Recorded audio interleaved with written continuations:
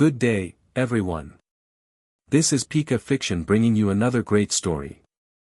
Today we're exploring what if Ash saved Lusamine from the Ultra Wormhole and she forced him to marry her to merge their power. If you appreciate quality storytelling, please support us by liking and subscribing. It truly makes a difference. Now, let's immerse ourselves in the story.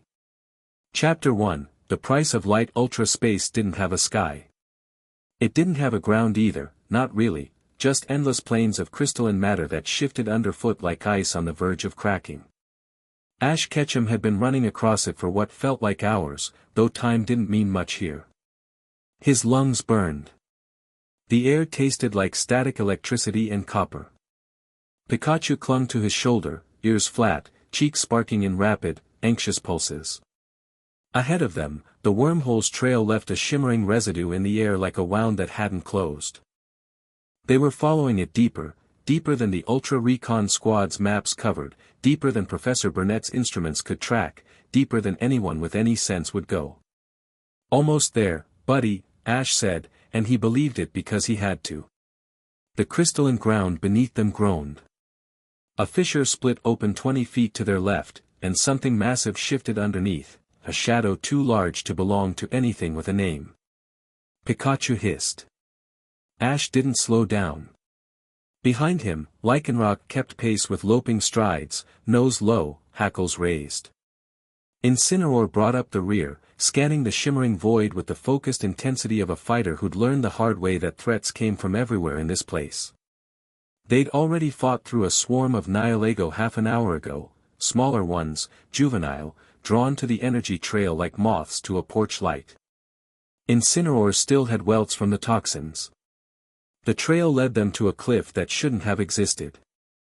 Ultra Space didn't do geography, it did topology, folding in on itself like crumpled paper. But this was unmistakable, a sheer drop into a chasm filled with pale, pulsing light, and at the bottom, something enormous.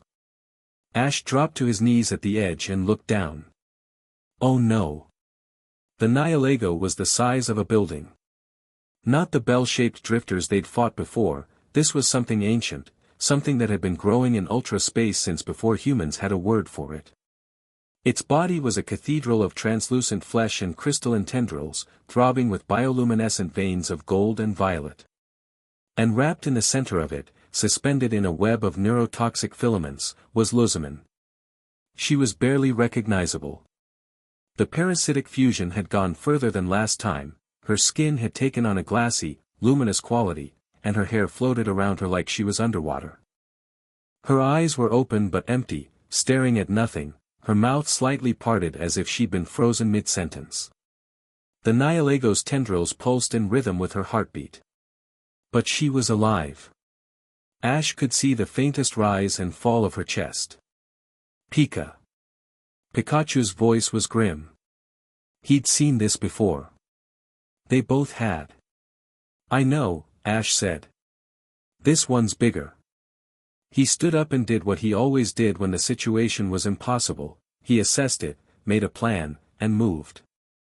3 Pokemon with him. 1 God-tier Nihilego. An extraction that required breaking the parasitic link without killing the host. No backup coming because nobody else was crazy enough to follow him in here. Fine. He'd worked with worse.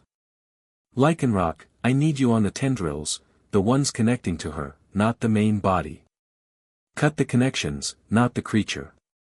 Lycanroc growled in acknowledgement, stone-edge claws already gleaming.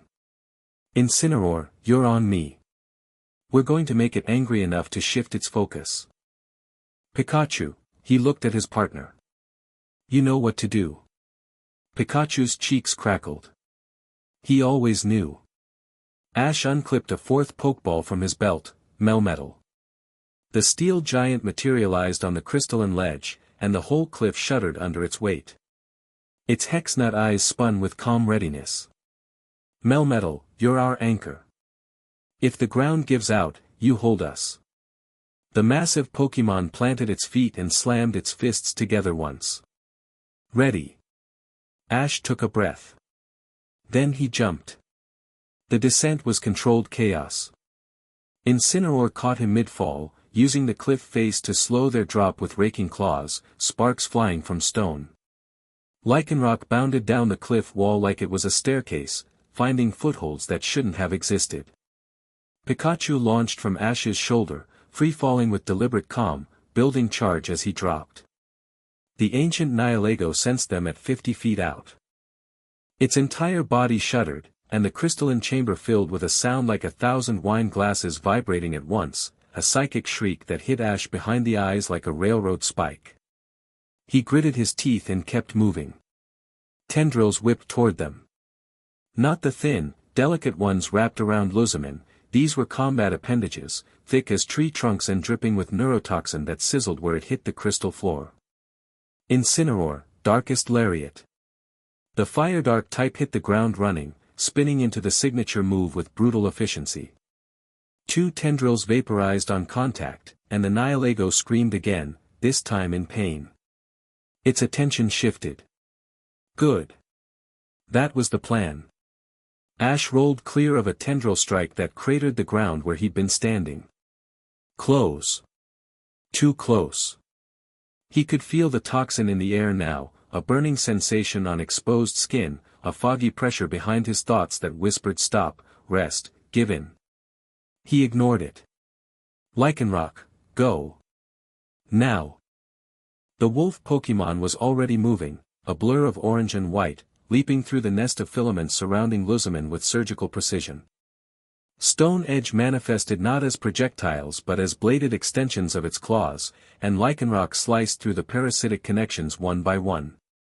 Each severed tendril sprayed luminous fluid and retracted, and Lusamine's body jerked with each cut like a puppet having its strings snipped. The ancient Nihilego did not appreciate this. The psychic pressure tripled. Ash staggered, vision blurring. Pikachu landed on the creature's central mass and unleashed a thunderbolt that would have leveled a city block. The Nihilego's body lit up from the inside, every vein and membrane illuminated in white-hot detail. It thrashed. The chamber shook. Stalactites of crystal shattered and fell like glass rain. But it didn't go down. Instead, it did something Ash hadn't expected. It pulled. Not physically, dimensionally. The air around them began to twist, reality folding inward toward the creature's core like water circling a drain. Ash felt himself sliding forward, boots scraping on crystal. Incineroar dug in, grabbing Ash by the back of his jacket. Above them, Melmetal's anchor held the cliff edge, but even the steel titan was straining. The Nihilego was trying to open a permanent rift. Using itself as the focal point. Using Lusamine as the anchor on the human side, her body and mind serving as the template for a bridge between dimensions. If it succeeded, Ultra Space would bleed into the real world like a hemorrhage. Every Ultra Beast, every spatial distortion, every nightmare this dimension could produce, all of it would pour through, and the hole would never close. Ash understood this not because anyone explained it to him, but because he could feel it, the wrongness of what was happening, the way reality protested, the way his own body seemed to vibrate at a frequency that meant this should not be. Pikachu, he shouted over the roar of collapsing space. 10 million volt thunderbolt. Everything you've got. Hit the core. Pikachu's eyes met his across the chaos. 40 feet of writhing, screaming Ultra Beast between them, reality tearing itself apart, toxin in the air thick enough to taste. Pikachu smiled. The Z move didn't need a pose this time. Maybe it was Ultra Space. Maybe it was desperation. Maybe it was the fact that they'd been partners for so long that the bond between them had transcended ceremony. Pikachu's body became light, pure, golden, blinding, and 7 bolts of lightning converged on the ancient Nihilego's core with the force of a collapsing star. The creature detonated. Not in an explosion of flesh, in an explosion of dimension. The rift it had been building tore open all at once, but uncontrolled, wild, a wound in space that had nothing to anchor to because Pikachu had just obliterated the focal point. Energy poured outward, raw ultra energy, the fundamental force of the space between worlds, and it hit everything. It hit Ash. The energy slammed into him like a tidal wave of liquid light. He couldn't see, couldn't breathe, couldn't think. Every cell in his body felt like it was being rewritten. He was aware, distantly, of screaming, his own voice, Lusamine's voice, the dying shriek of the ancient Nihilego as it dissolved into the energy it had tried to weaponize. Then Lycanroc was there, Lusamine's limp body draped across its back, and Incineroar was hauling Ash upright, and Pikachu, scorched, exhausted, but alive, was on his shoulder, and Melmetal was pulling them all up the cliff face with chains of liquid metal. The rift behind them was collapsing. Shrinking. The energy was dissipating, but not all of it. Some of it had soaked into them, into Ash and Lusamine both, and it burned under his skin like embers that wouldn't go out. Move! Ash croaked. Everyone move. They ran. Behind them, the rift sealed itself with a sound like a thunderclap heard through water, and the crystalline chamber caved in, swallowed by the void. Ahead of them, the wormhole home flickered, unstable, shrinking, barely there. Ash grabbed Lusamine's hand, her skin was hot, almost feverish, and where his fingers touched hers, light sparked between them like static, and they dove through. The wormhole spat them out above Ether Paradise. They fell 30 feet before Ash got Charizard's ball unclipped and open. The fire type materialized beneath them with a roar, wings snapping wide, catching their combined weight with a grunt of effort. Pikachu nearly slid off Ash's shoulder. Lusamine was unconscious, draped across Charizard's back like a ragdoll, her platinum hair whipping in the wind. Below them, Ether Paradise erupted into chaos. Alarms. Searchlights. The white uniformed employees scrambling on the docking platforms like ants whose hill had been kicked. Ash could see Wick at the edge of the main platform, her hand over her mouth. Beside her, Professor Burnett had some kind of scanner raised and was staring at the readout like it had just told her something impossible. Charizard landed hard. Ash's legs gave out the moment his feet hit the platform, and he would have gone down if Incineroar hadn't caught him again.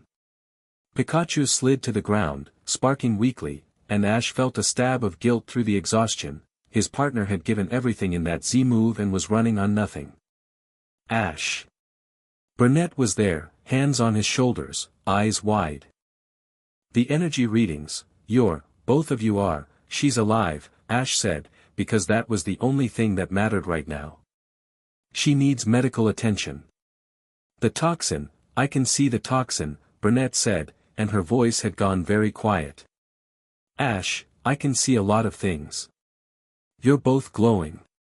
He looked down at his hands. She was right. A faint luminescence clung to his skin, shifting between gold and violet, pulsing in time with his heartbeat. The same light bled from Lusamine's unconscious form, and where their hands had been touching moments ago, the glow was brightest.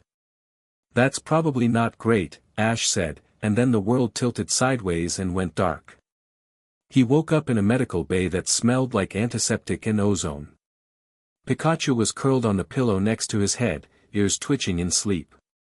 Through the window, the sky was the color of bruised plums, either very late evening or very early morning, he couldn't tell. His body ached in ways that didn't have names. Not injury pain, something deeper, cellular, like his bones were humming at a frequency slightly off from what they were supposed to be. The glow was still there when he held up his hands. Fainter now, but persistent. You've been out for 14 hours. Ash turned his head. Wick sat in a chair by the door, datapad on her lap, looking like she hadn't slept in all of those 14 hours.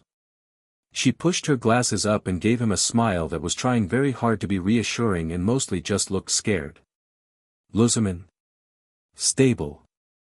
The parasitic toxin has been neutralized, her body purged it on its own, actually, which shouldn't be possible, but nothing about your readings is possible right now, so we've rather given up on should. She paused.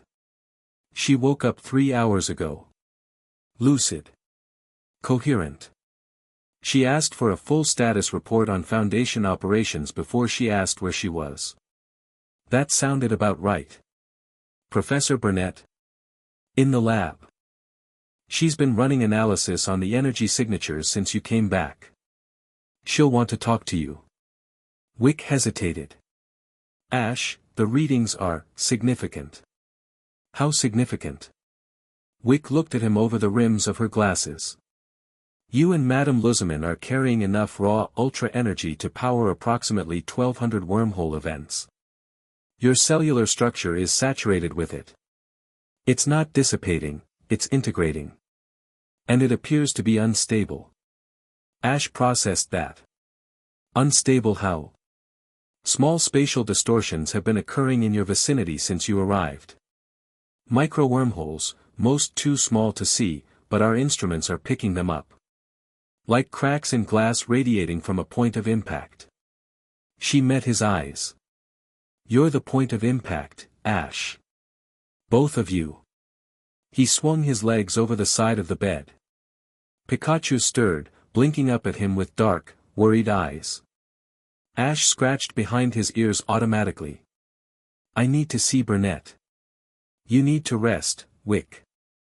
He said it gently, but there was something in his voice that hadn't been there a year ago, an authority that came not from arrogance but from having faced enough impossible situations that he'd stopped flinching at them. If I'm cracking reality by being here, rest isn't going to fix it.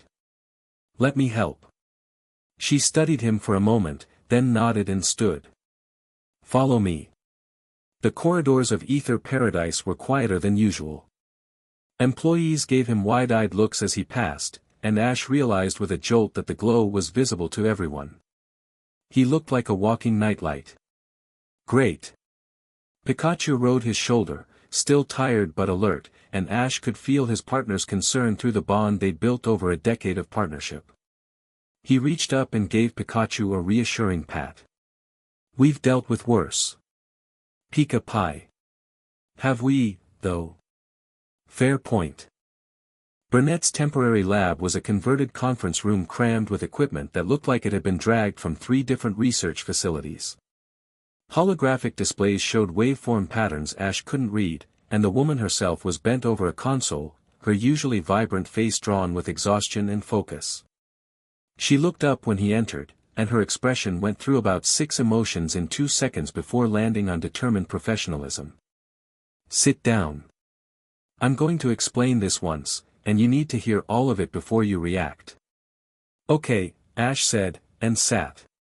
Burnett pulled up a holographic model, 2 human silhouettes surrounded by swirling energy patterns that looked like contained hurricanes. This is you and Lusamine. The ultra energy from the rift collapse didn't just hit you, it bonded to you at a molecular level. Think of it like, she searched for an analogy. You know how a sponge absorbs water? This is like the sponge absorbed the ocean and the ocean decided it liked being a sponge. That's a terrible analogy. I know. The point is, the energy is part of you now. It's not floating on the surface, it's woven into your cells, your nervous system, your aura. Same with Lusamine. And individually, neither of your bodies can handle it. She pulled up another display, graphs showing oscillating lines that spiked erratically. The energy is trying to find equilibrium, and it can't, because each of you only has half the resonance pattern. It's like having one speaker trying to play a song designed for stereo, the signal distorts.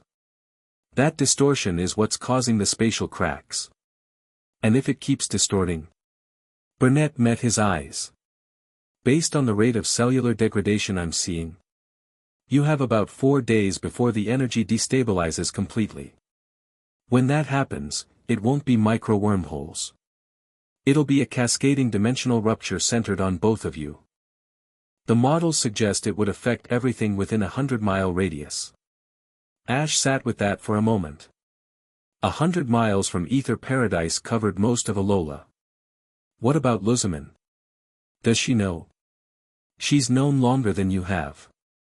She's been studying ultra phenomena for over a decade. She recognized the energy signature within an hour of waking up. Burnett paused. She says she has a solution. Something about the way Burnett said it made Ash's stomach tighten. But she wants to tell you herself. She was insistent. Lusamine's private quarters in Ether Paradise were exactly what Ash expected, immaculate, beautiful, and cold. White furniture, white walls, white flowers in crystal vases. The only color came from the woman herself, who was sitting at a glass desk with her back perfectly straight, wearing a clean white dress despite looking like she'd been chewed up and spat out by an interdimensional parasite less than a day ago. The glow clung to her too, violet and gold, shimmering along her skin and through her hair. On her, it looked almost intentional, like an accessory she'd chosen to complement her outfit. "Sit down," she said without looking up. She was reading something on a tablet, and Ash caught a glimpse of what looked like very old text, handwritten, in a language he didn't recognize. He sat across from her. Pikachu hopped onto the desk, positioning himself between them with a watchful expression. Lusamine finished whatever she was reading, set the tablet down, and looked at him. Her green eyes were sharp, no haze, no parasitic fog, no obsessive gleam. Just cold, calculated intelligence assessing a problem.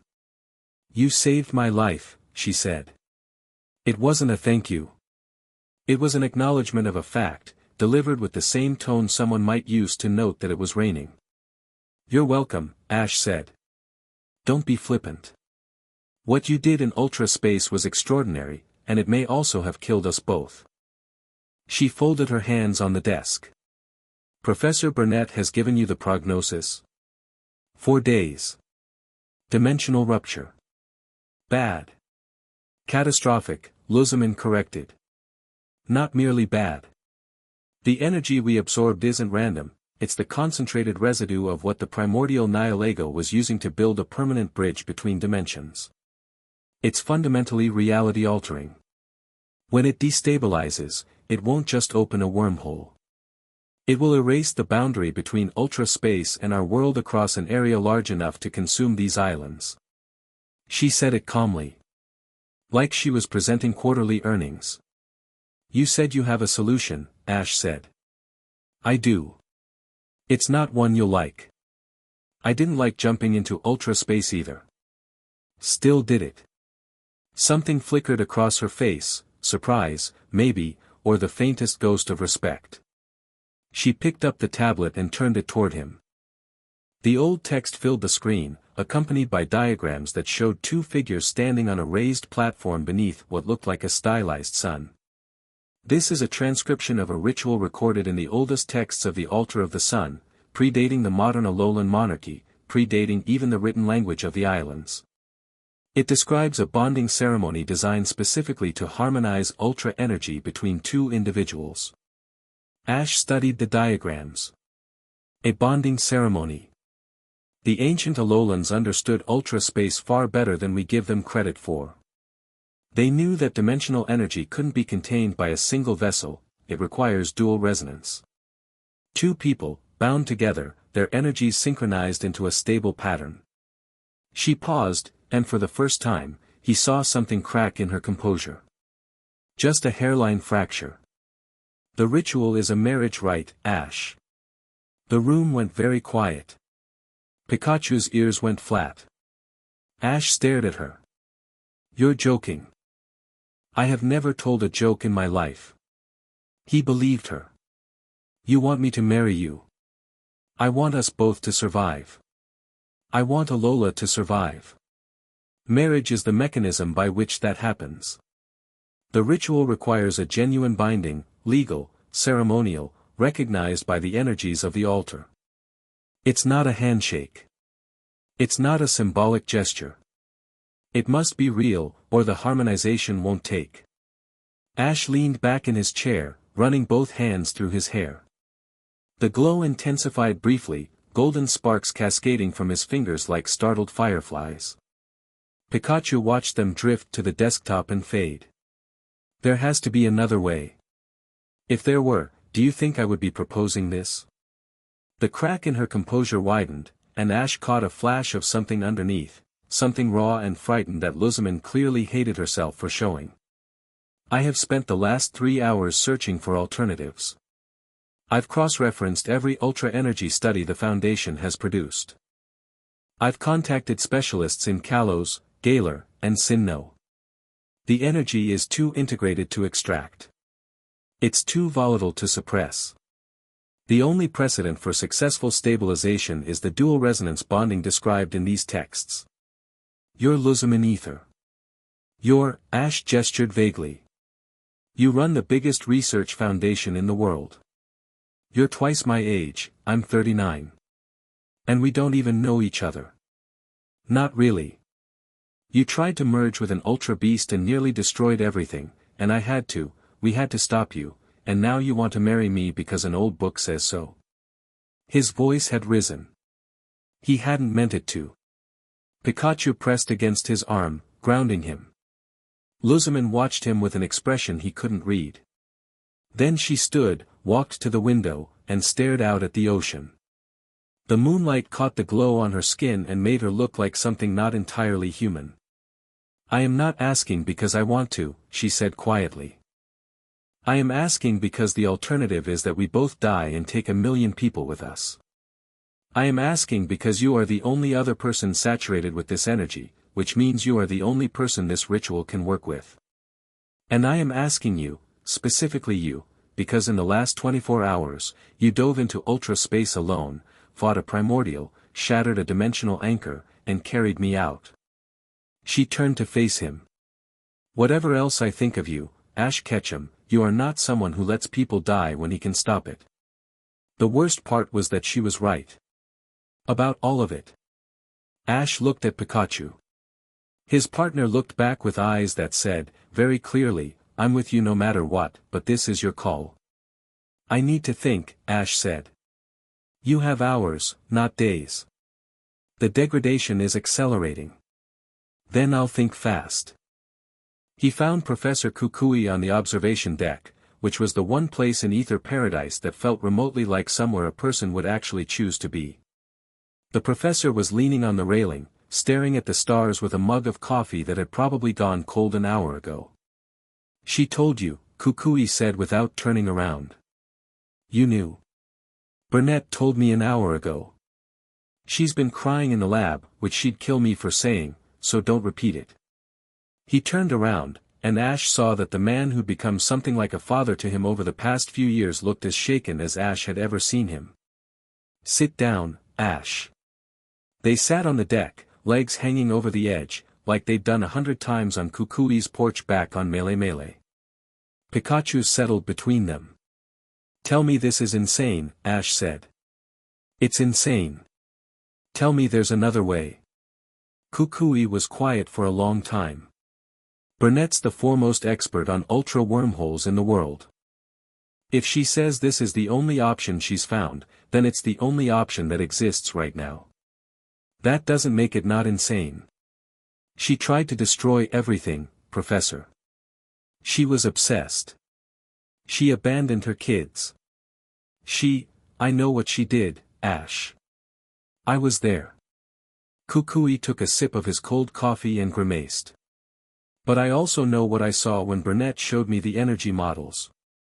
If that rupture happens, Melee Melee is gone. Akala is gone. Every island, every person, every Pokemon in Alola, gone. Not destroyed. Erased. Folded into ultra space like it was never here. The weight of that settled on Ash's shoulders like a physical thing. You've always been the one to make the impossible choice, Kukui said softly. That's who you are. You don't run from it. But this time, I need you to know, whatever you decide, nobody would blame you for saying no. You've given enough. You've saved enough. You don't owe anyone your life. Or your future. Ash thought about Pallet Town. His mom. His Pokemon at Professor Oak's ranch.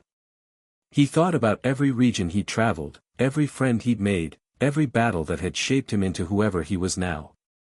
He thought about the 1,000,000 people on these islands who had no idea that reality was 4 days from unraveling around them.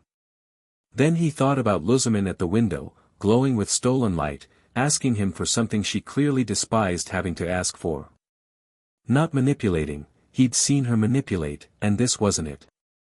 This was a woman staring at a door she didn't want to walk through and realizing it was the only one that led somewhere other than death. I'm going to do it, he said. Kukui closed his eyes. I know. Not because she's forcing me. Because it's the right thing. I know that too. Kukui put a hand on his shoulder, firm, steady. For what it's worth, I think you might be the only person alive who could make this work. Not just the ritual. The marriage. She needs someone who won't break, won't bend, and won't let her get away with being who she's been. Ash almost laughed. You think I can handle Lusamine Ether? I think she has no idea what she's getting into. The reactions came fast and hard after that. Ash called Gladion first because Gladion deserved to hear it from him, not through the grapevine. The call lasted 4 minutes. 3 of those minutes were Gladion shouting, his face on the videophone cycling through colors that shouldn't have been possible on human skin. Silverly could be heard growling in the background, feeding off its trainer's fury. You're out of your mind, Gladion snarled. She's using you. That's what she does, she finds what she wants and she takes it, and she doesn't care who. She's dying, Gladion. I'm dying. Alola might die. Then we find another way. There isn't one. The silence that followed was painful. Ash watched Gladion's face crumble from rage to something much worse, helplessness. The expression of a son who'd spent years trying to escape his mother's shadow and now had to watch a stranger bind himself to her. She doesn't deserve you. Gladion's voice was barely a whisper. Maybe not. But that's not what this is about. Gladion hung up without another word. Lily took it differently. She was quiet on the phone, her green eyes, so much like her mother's, wide and wet, but she didn't cry. She asked careful, precise questions about the energy, the ritual, the timeline. She'd grown so much since the scared girl who couldn't touch Pokemon. There was steel in her now. You don't have to do this for her, Lily said. I'm not doing it for her. I'm doing it for everyone. That's what makes it worse. She pressed her lips together. Ash, my mother, she's not who she was before the Nihilego. But she's also not who she was during it. She's somewhere in between, and I don't know which version you'll be married to. I guess I'll find out. Be careful. Please. She paused. And Ash? Thank you. For saving her. Even if she never says it properly. Mallow cried. Kiawe punched a wall and then apologized to the wall. Sophocles started running calculations on his own, convinced there had to be a mathematical solution. Lana said nothing for a very long time and then told Ash, with absolute sincerity, that if Lusamine hurt him, she'd drown her. And through all of it, Ash noticed things happening that shouldn't have been. A pen rolled off a table and fell sideways instead of down. The light in the hallway flickered in patterns that spelled out symbols in no known language. A glass of water on Wick's desk froze solid in a room that was 72 degrees. The cracks were spreading. While Ash dealt with the emotional fallout, Faba dealt with opportunity. The former branch chief moved through Ether Paradise's lower levels with the practiced ease of a man who knew every camera angle and every blind spot. The chaos of Lusamine's rescue and the subsequent energy crisis had pulled security's attention upward, leaving the sublevels functionally unwatched. He slipped into a communications room that wasn't on any official schematic, sat down at a console that wasn't connected to the main network, and opened a channel that reached much further than anything the Foundation's satellites should have been able to manage. The screen flickered. A face appeared, angular, pale, wearing the distinctive visor of the Ultra Recon Squad's military division. The situation has developed, Faba said, adjusting his glasses with precise, fussy movements. Lusamine and the boy are saturated with concentrated ultra energy. The readings are extraordinary, far beyond anything we've observed. The face on the screen, Captain Fico, leaned forward. Quantity. Enough to power a sustained light source for your megalopolis for years. Perhaps decades. Faba let that land. They're planning a bonding ritual to stabilize it. If they succeed, the energy becomes permanently integrated. Extraction would become significantly more complex. And if they don't succeed? Catastrophic rupture. Dimensional collapse across the Alolan archipelago. Faba said this as if discussing weather patterns. Neither outcome serves our mutual interests particularly well. However, if we time things correctly. You want us to intervene before the ritual? I want you to be ready to intervene. When the moment is right. Faba smiled, a thin, academic expression that didn't reach his eyes. I've spent 15 years building this foundation's technology. Lusamine took the credit. The boy is an obstacle. When the time comes to redistribute resources to their rightful stewards, I trust you'll remember who facilitated your access. Fico studied him through the screen. The Ultra Recon Squad captain was not a fool, he could smell self-interest as easily as anyone. But he was also not in a position to be choosy. His world was dying. His people lived in artificial twilight under a stolen scrap of light that grew dimmer each year. If this human collaborator could deliver what he promised. We'll be ready, Fico said. Don't contact us again until you have something concrete. The screen went dark. Faba sat in the empty room for a moment, straightened his coat, and walked back upstairs to play the role of loyal subordinate. Nobody noticed. Nobody ever did. They held the ceremony the next evening, because the cracks were getting worse. Ash woke that morning to find that the wall of his room had developed a translucent patch the size of a dinner plate. Through it, he could see ultra space, a shimmering void of crystal and distant, drifting shapes. Pikachu was sitting on the bed staring at it with ears pinned back. Yeah, Ash said. Time to go. The altar of the sun sat at the peak of Pony Island's canyon, a massive stone structure shaped like a stylized sun that had been old when the first Alolan kings were young. Ash had been here before, during his island challenge, but it had never felt like this, charged, expectant, as if the stones themselves were aware that something was about to happen. They arrived at twilight. The sky was painted in oranges and purples, and the first stars were appearing in the east. The altar's central platform caught the last of the sunlight and held it, the ancient stone glowing with a warmth that seemed to come from within. The group was small. Kukui and Burnett stood together near the base of the altar, Burnett with instruments she'd be using to monitor the energy transfer and Kukui with the look of a man watching his kid do something brave and reckless. Wick was there, clutching her datapad like a shield. Kahuna Hapu had come, it was her island, and she'd insisted on overseeing any ritual performed at the altar, her Mudstale standing behind her like a mountain made of muscle. Gladion had come. He stood apart from the group, arms crossed, Silvally at his side, looking like he was attending a funeral.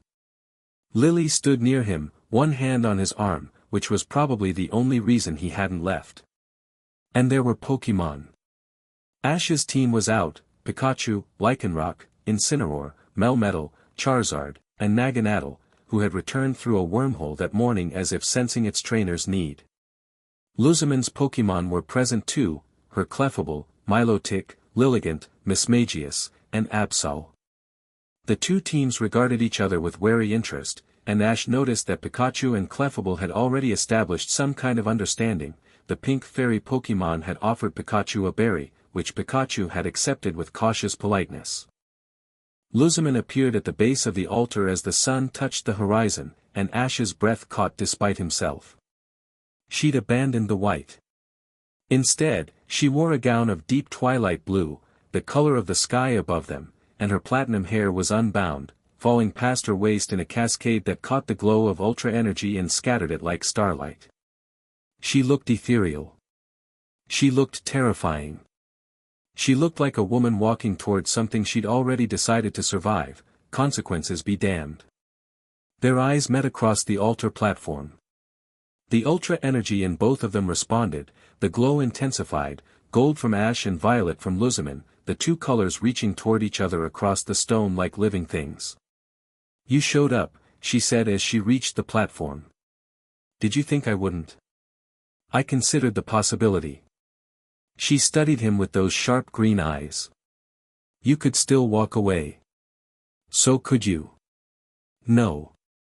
I couldn't. The honesty in her voice surprised them both. She recovered quickly, squaring her shoulders. Shall we? Hapu stepped forward, her small frame radiating an authority that had nothing to do with size.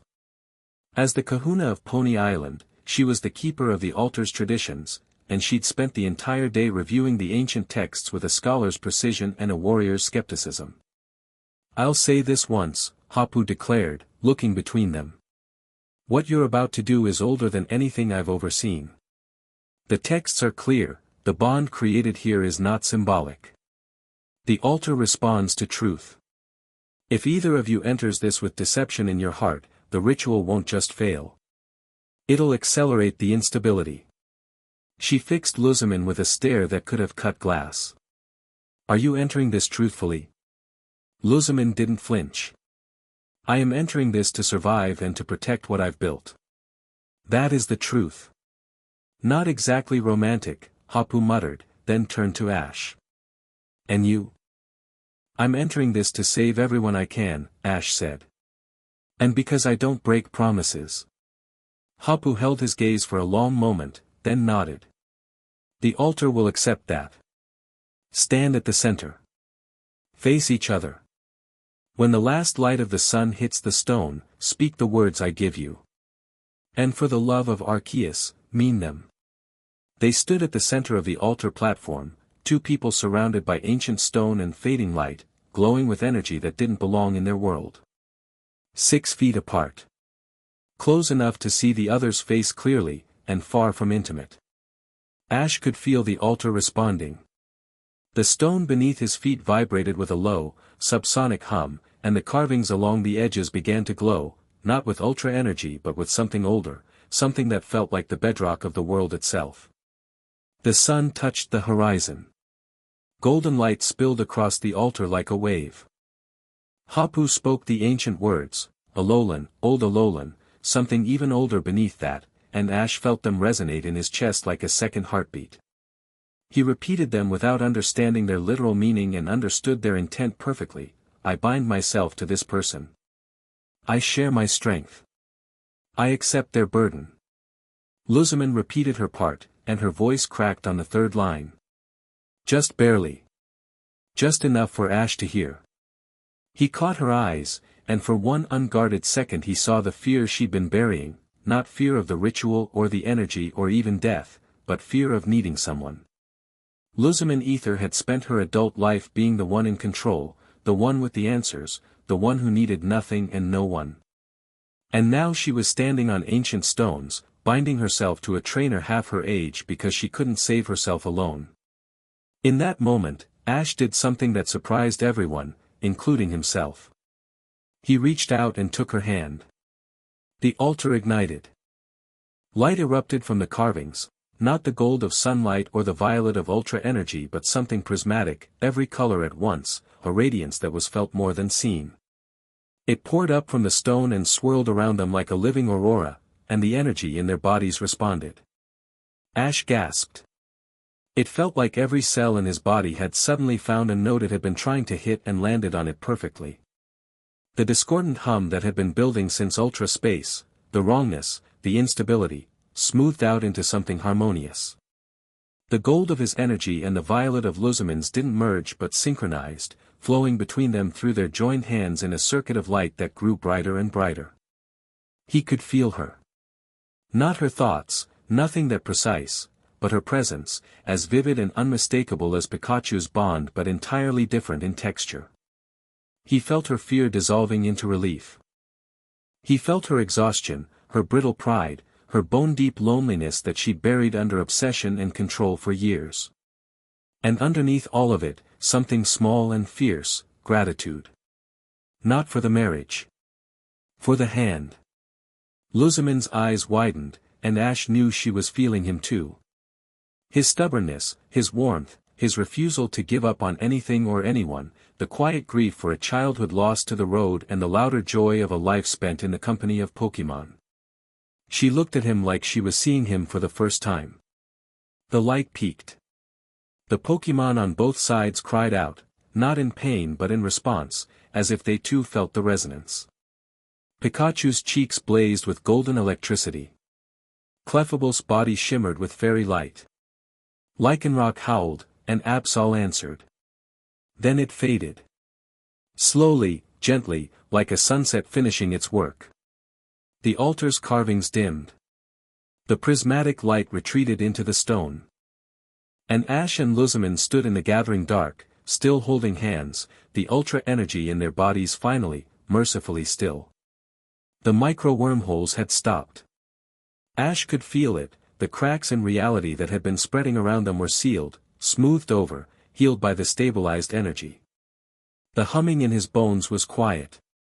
The glow remained, but it was steady now, a soft, constant luminescence that pulsed gently in time with their heartbeats. Their heartbeats, Ash realized, that were perfectly in sync. Lusamine pulled her hand back. Not roughly, carefully, as if withdrawing from something she hadn't expected to want to keep touching.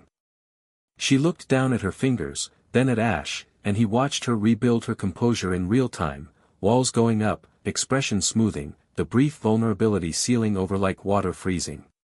It worked, she said. It worked, Ash agreed. Good.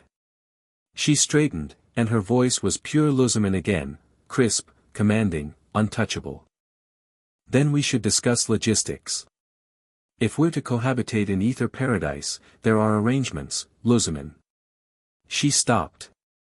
We'll figure it out tomorrow, Ash said quietly. Tonight, maybe just, breathe. She stared at him like he'd said something in a foreign language. Then, very slowly, she exhaled. It was the most human sound Ash had ever heard her make. The group dispersed slowly. Kukui clapped Ash on the shoulder with suspiciously bright eyes. Burnett showed them the scanner readings, stable, harmonized, beautiful waveforms where there had been chaos, and hugged Ash so hard she lifted him off the ground. Wick was openly crying, pretending she wasn't, fooling no one. Gladion left without speaking. Lily caught up to him at the base of the canyon, and through the empathic link, still new, still strange, Ash felt a pulse of something from Lusamine as she watched her children walk away. He didn't name it. He didn't have to. They traveled back to Ether Paradise in silence. Separate transports. The air between them was charged with everything they weren't saying, the bond was real, the marriage was legal, the energy was stable, and they were complete strangers who could now feel each other's emotions. Ash stood on the deck of the transport ship, Pikachu on his shoulder, watching the stars come out over the Alolan Ocean. The glow on his skin had settled into something almost invisible, there if you looked for it, easy to miss if you didn't. He flexed his hands and felt the ultra energy respond, a reservoir of power humming patiently beneath the surface. Married. He was married. To Lusamine. Pikapi. You okay? I have no idea, buddy. He laughed, and it sounded slightly unhinged. But we're alive. Alola's alive. That's enough for now. It was well past midnight when Ether Paradise's lights came into view. The facility gleamed on the ocean like a fallen star, and as their transport docked, Ash noticed security was tighter than when they'd left, more guards, more scanners, the kind of quiet intensity that meant someone had been making changes while they were gone. Wick met them at the dock with a datapad and an apologetic expression. There are quarters prepared for you, Ash. Adjacent to Madame Lusamine's suite, the energy stabilization appears to require proximity, at least initially. How adjacent? Connected by a shared sitting room. Separate bedrooms. Thank Arceus for small mercies. He said goodnight to Lusamine in the corridor outside their respective doors. She paused with her hand on the handle, not looking at him. In the empathic link, he felt the flicker of her emotions like catching a radio station through static, tension, exhaustion, something she was actively suppressing. Ash. She said his name like she was testing how it felt. What you did at the altar. Taking my hand. What about it? Don't do it again without warning me. She went inside and closed the door. Through the bond, he felt a spike of something warm that she'd never in a million years admit to. Pikachu gave him a look. Ash shrugged. One step at a time. His room was absurdly nice, ether paradise luxury, all clean lines and ocean views, but he ignored most of it. He let his Pokémon out, let them settle in, sat on the bed, and stared at the ceiling. Through the walls, through the bond, he could feel Lusamine doing the same thing. And far away, far, far away, past the boundaries of normal space, past the wormholes and the crystalline plains and the drifting swarms of ultra beasts, something shifted. It was vast. It was ancient. It was hungry in a way that transcended biology, a hunger for something fundamental, for light. It had been drifting in the dark for eons, broken and diminished, a god that had forgotten its own name. But tonight, at the moment a bonding ritual had flooded an ancient altar with stabilized ultra energy, it had felt something. A beacon. A feast.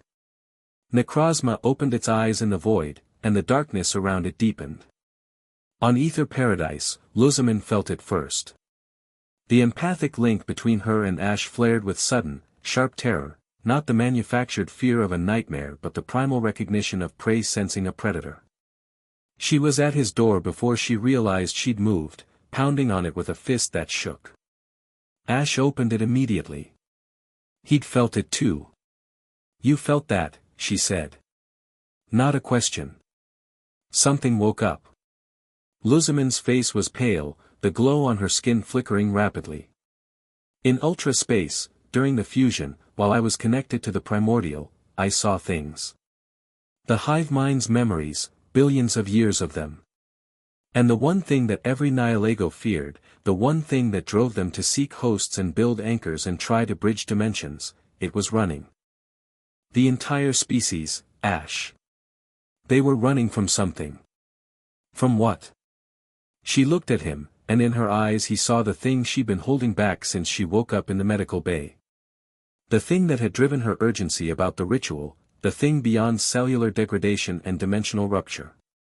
The Light Eater, she whispered.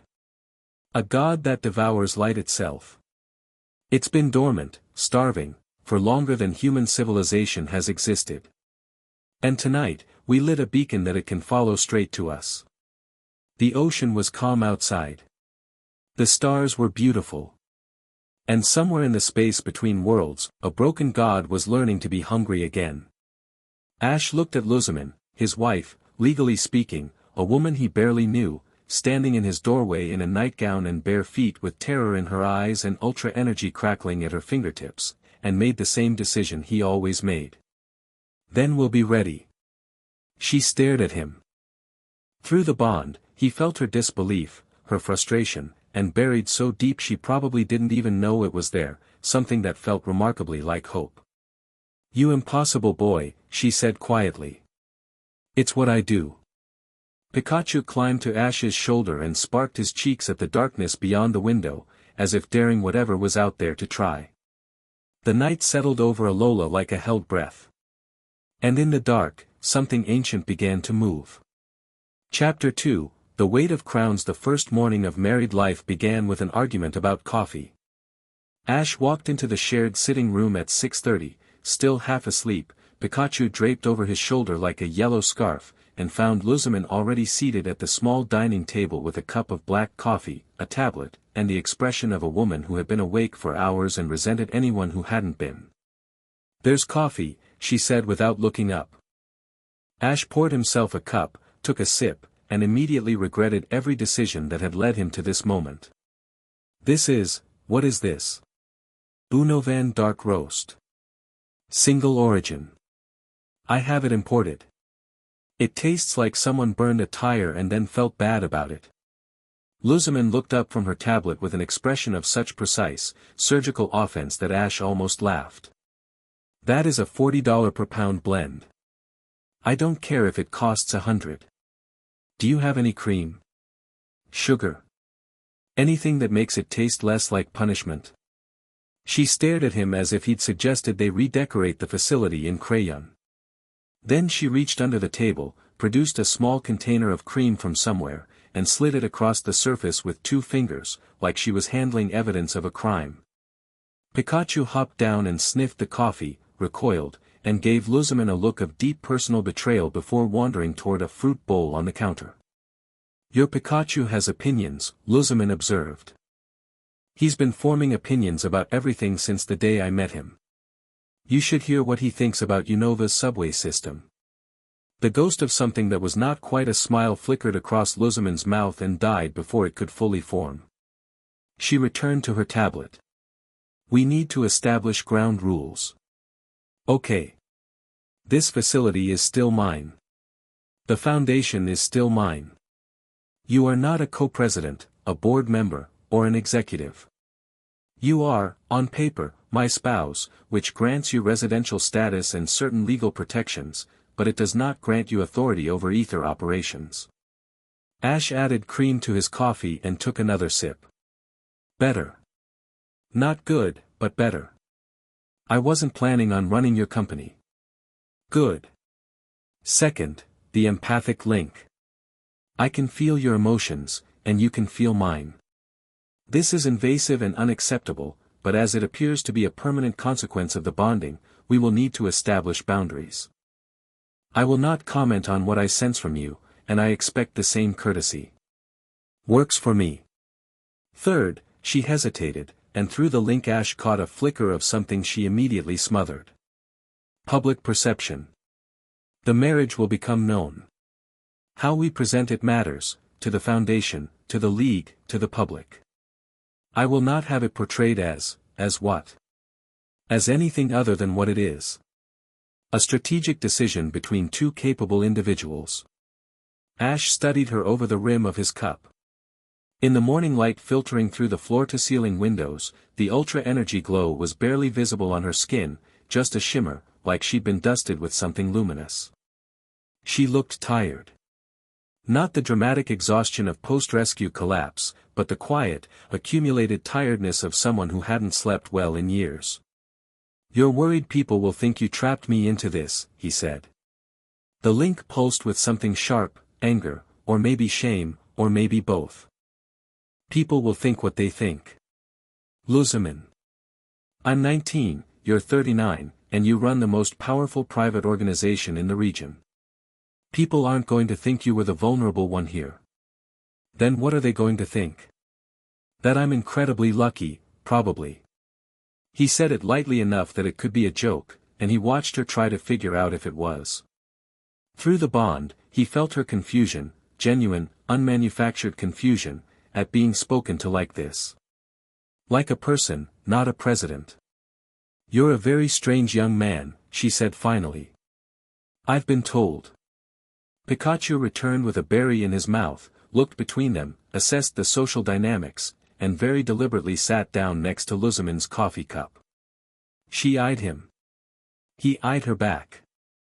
After a moment, she reached out and touched the top of his head with 2 fingers, tentatively, like petting a Pokemon was something she'd read about in a manual but never actually practiced. Pikachu allowed it. This was, Ash knew, a significant concession. The morning moved on. Lusamine left for Foundation business, meetings, directives, the machinery of an organization that hadn't stopped running just because its president had been kidnapped by an interdimensional parasite. Ash found himself alone in the shared quarters with nothing to do and no idea what to do with nothing. So he did what he always did. He went outside and trained.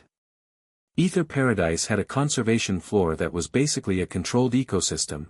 Forests, meadows, water features, open sky above. It was designed for rehabilitating injured Pokemon, which meant it was also perfect for training. Ash let his full team out and spent 3 hours running drills, working on combinations, pushing limits. But something was different. Incineroar's darkest lariat hit harder than it should have. The spin was tighter, the dark energy denser, and the target boulder it struck didn't just crack. It disintegrated, reduced to gravel and dust in a single impact. Incineroar stood in the aftermath looking at its own fists like they belonged to someone else. Lycanrock's stone edge produced formations twice as large as normal. Melmetal's double iron bash sent shockwaves across the floor that set off seismic sensors 3 levels down. And when Pikachu unleashed a thunderbolt at a reinforced training target, the bolt was so intense that the target melted, the ground beneath it cracked, and every light on the conservation floor flickered.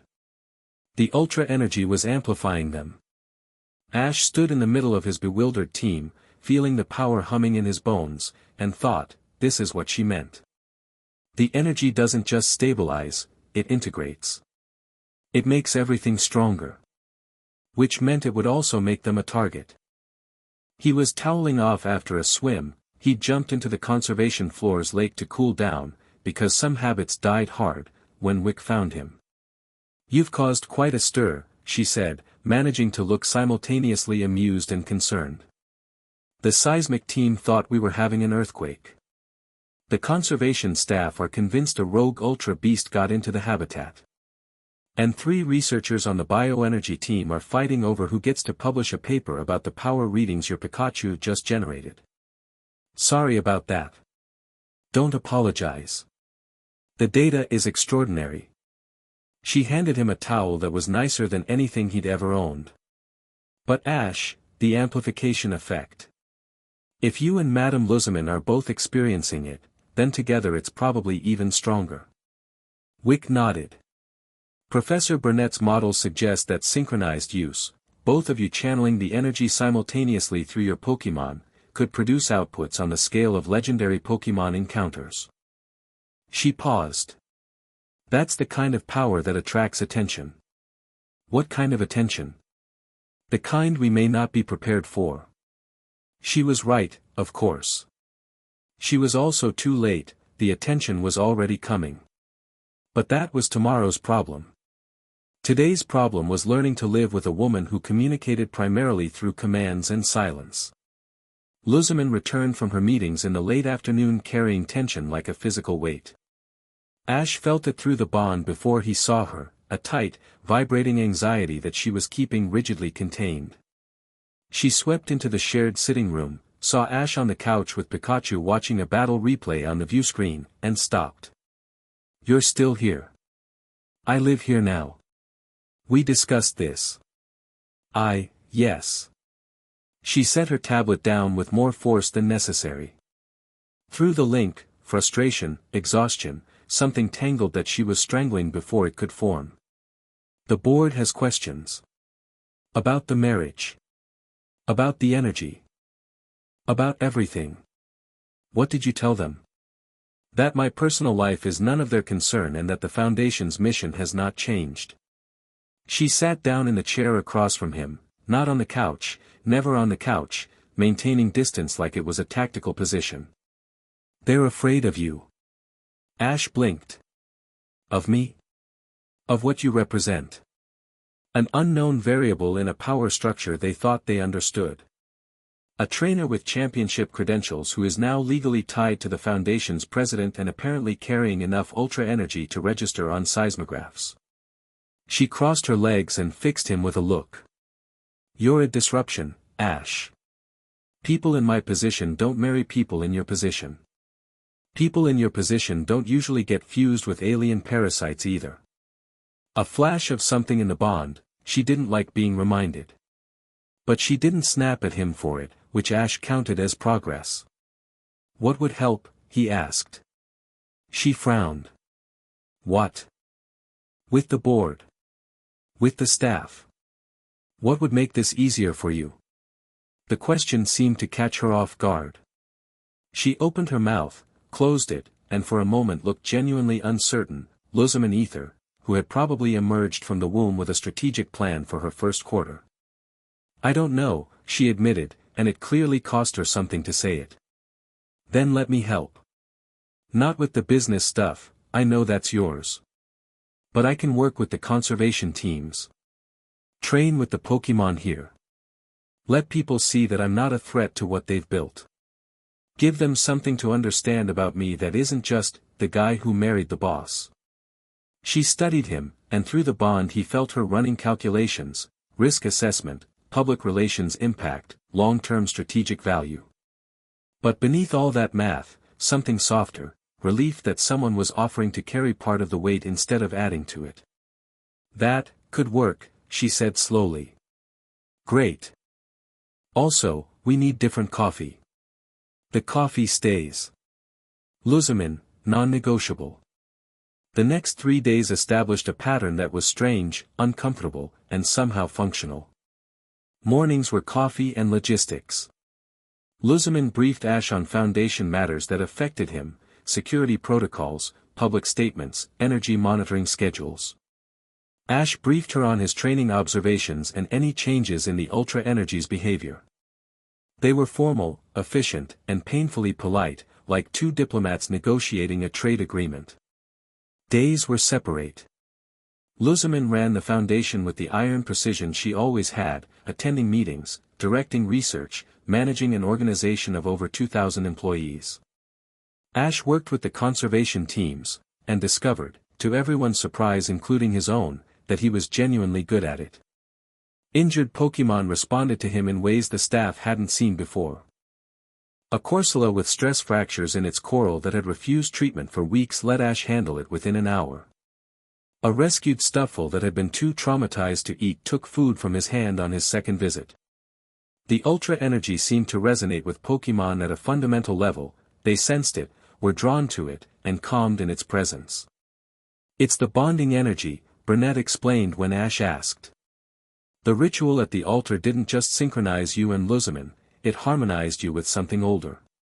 The Tapus, the altar, the fundamental energy of Alola. Pokémon feel that. You register as safe to them on an instinctive level. So I'm like a walking healing bell. More like a walking nature preserve. With championship-level combat capabilities. It's an unusual combination. Evenings were the hardest part. The energy's proximity requirement meant they had to be within roughly 50 feet of each other during sleep or the synchronization began to drift, producing the micro-wormholes again. This meant the shared quarters weren't optional. And evenings meant downtime, which meant existing in the same space without the structure of work to buffer the awkwardness. On the first evening, they sat in excruciating silence for 40 minutes until Ash turned on a battle broadcast and Lusamine pretended to read while actually watching. On the second evening, Ash cooked, badly, but with enthusiasm, and Lusamine ate what he made without complaint, which was either politeness or pity. On the third evening, Pikachu knocked a stack of Lusamine's research papers off the table, and instead of the explosion Ash expected, she knelt down to pick them up and Pikachu helped, and they spent 10 minutes in an odd collaborative cleaning effort that ended with Pikachu sitting on her shoulder for the first time. Lusamine froze. Ash watched the bond light up with something she had no idea how to process, warmth, gentle contact, the simple trust of a small creature choosing to be close. He likes you, Ash said. He shouldn't. I've done nothing to earn it. That's not how Pikachu works. He decides for himself. She reached up and touched Pikachu's cheek with the same tentative two-finger gesture from the first morning. Pikachu leaned into it, and a tiny spark of static passed between them, not painful, just a greeting in the only language Pikachu had. Through the bond, Ash felt something shift in Lusamine. Not a wall coming down, more like a door being unlocked, even if it wasn't opened yet. Pikachu said firmly. You're okay. Lusamine said nothing, but her hand stayed where it was. On the fourth day, they trained together for the first time, and everything changed. It was Lusamine's idea. She arrived at the conservation floor in training clothes Ash hadn't known she owned, practical, fitted, miles from the pristine dresses and heels, with her Pokémon team at her back and a determined set to her jaw. If the energy amplifies power, she said, we need to understand how it works when channeled by both of us simultaneously. Separately, you've already demonstrated significant enhancement.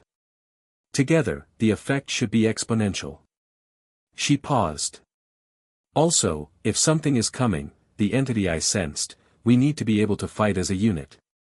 You want to battle with me? I want to train with you. There's a difference. She released Clefable, who materialized next to Pikachu and immediately offered another berry. Pikachu took it. They were friends now, apparently. What followed was 2 hours of the most frustrating, exhilarating, combative collaboration Ash had ever experienced. The problem was synchronization. The energy amplified power when channeled in harmony, but achieving harmony required emotional and tactical alignment. In practice, this meant Ash and Lusamine had to feel the same thing at the same time and direct their Pokémon with complementary intent, not identical, complementary, like two instruments playing different parts of the same song. They couldn't do it. Incineroar, Flamethrower, coordinate with Milotics, don't tell my Pokémon what to do. I wasn't telling, I was suggesting a combination. I've been directing Pokémon battles since before you were born. You've been directing Pokémon collections. There's a difference. The bond flared with mutual irritation. The Ultra Energy responded to the dissonance by producing a small spatial distortion that turned a nearby rock inside out. They stared at the inside-out rock. Clefable poked it. It was deeply unsettling. Okay, Ash said, taking a breath. New approach. We're not going to coordinate by talking. Then how? The bond. The empathic link. We can feel what each other feels, so instead of trying to plan together, we just fight. Naturally. And let the bond synchronize us. That requires trusting instinct over strategy. Yeah. I don't do that. I know. That's why it'll work, because I do. You think, I feel. We meet in the middle. Lusamine looked at him like he'd proposed they solve a physics equation by dancing. But she didn't argue. She turned to her Pokémon, took a breath, and nodded. They went again. This time, Ash stopped trying to plan and just moved. He let Incineroar and Lycanroc flow through their natural combat patterns, aggressive, adaptive, instinctive. Through the bond, he felt Lusamine watching, analyzing, calculating angles and trajectories and timings with the mathematical precision of someone who studied ultra-space dynamics for a living. And then she started responding. Not mirroring, counterpointing. Milotic slipped into the gaps Incineroar left, its hydro pump covering the recovery windows after Darkest Lariat. Mismagius anticipated Lycanroc's Stone Edge and layered Shadow Ball in overlapping patterns that turned defense into offense. Lusamine's strategic mind took Ash's instinctive aggression and gave it architecture. The energy responded. Ash felt it surge through the bond, gold and violet intertwining, amplifying, producing something neither could achieve alone. Milotic's hydro pump hit with 3 times its normal force. Lycanroc's Stone Edge formations grew so large they resembled fortifications. And when Pikachu and Clefable attacked simultaneously, Thunderbolt and Moonblast converging on the same target, the combined output vaporized a training boulder the size of a house and left a crater that smoked for 10 minutes. They stood in the aftermath, breathing hard, surrounded by their Pokémon, and looked at each other. That was, Lusamine started. Yeah. The power output exceeded my highest projections by, I felt it.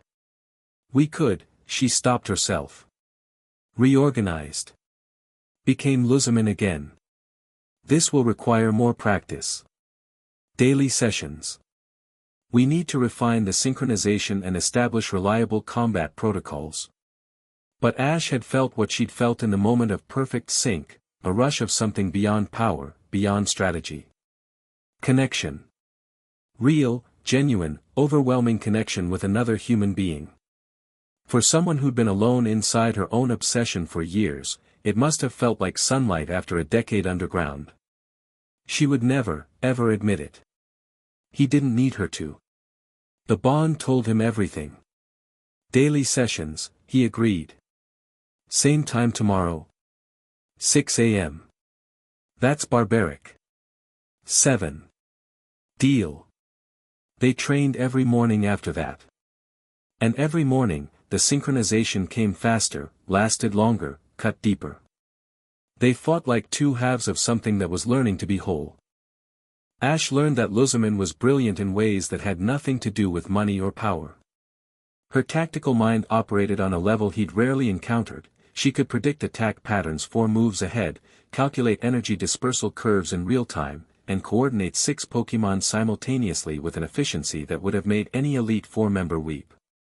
She'd never battled competitively because she'd never needed to, but the skill was there, honed by years of studying the most dangerous creatures in existence. Lusamine learned that Ash was not the reckless child she'd dismissed years ago. His instincts were supernatural, not in the metaphorical sense, but literally, refined by encounters with legendary Pokémon across 8 regions until they operated on a level that bordered on precognition. He made decisions in fractions of seconds that her analysis took minutes to reach, and he was right almost every time. More than that, his bond with his Pokémon was the single most powerful trainer-Pokémon connection she'd ever witnessed, and she'd witnessed a lot. Respect grew between them like something stubborn taking root in hard ground. It was during a training session on the 6th day that the proximity alarm went off.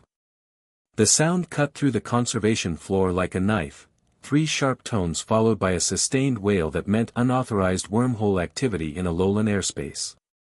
Ash and Lusamine stopped mid-exercise, their Pokémon tensing around them, the bond flooding with shared alertness.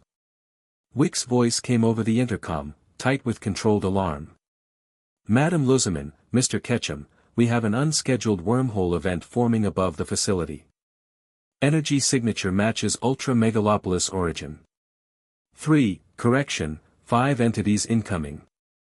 Lusamine's expression hardened into something Ash hadn't seen before, battlefield command mode, the face of a woman who ran a paramilitary conservation force and had been doing it for 15 years. "Security teams to defensive positions," she said, her voice carrying the automatic weight of someone accustomed to being obeyed. "Seal all conservation habitats. Non-essential personnel to interior shelters." Ash, already moving. They reached the main observation deck in 4 minutes. The wormhole hung above Ether Paradise like a wound in the sky, electric blue, perfectly circular, radiating the distinctive energy signature of Ultra Space. Through it descended 5 figures on Solgaleo-class riding Pokémon that Ash didn't recognize, sleek, angular creatures that moved through air like it was water. The lead figure dropped from its mount onto the observation deck with practiced military precision. Tall, angular, pale in the way of someone who'd lived under artificial light their entire life. The visor across his eyes reflected Ash's own glowing form back at him. "Captain Fico of the Ultra Recon Squad." "President Lusamine," Fico said, and his voice carried the flat courtesy of a diplomat who'd rather be a soldier. "Champion Ash Ketchum. I come on behalf of the Governing Council of Ultra Megalopolis." "You come uninvited and unannounced into sovereign airspace," Lusamine replied, and her tone could have frozen the ocean. "The Ultra Recon Squad has operated in Alola under a cooperative agreement. This is not cooperation. The agreement was predicated on mutual benefit. Circumstances have changed." Fico's visor turned toward Ash, and behind it, Ash could see eyes that were sharp and tired and desperate. "You carry the light of our dying world in your cells. I am here to request its return."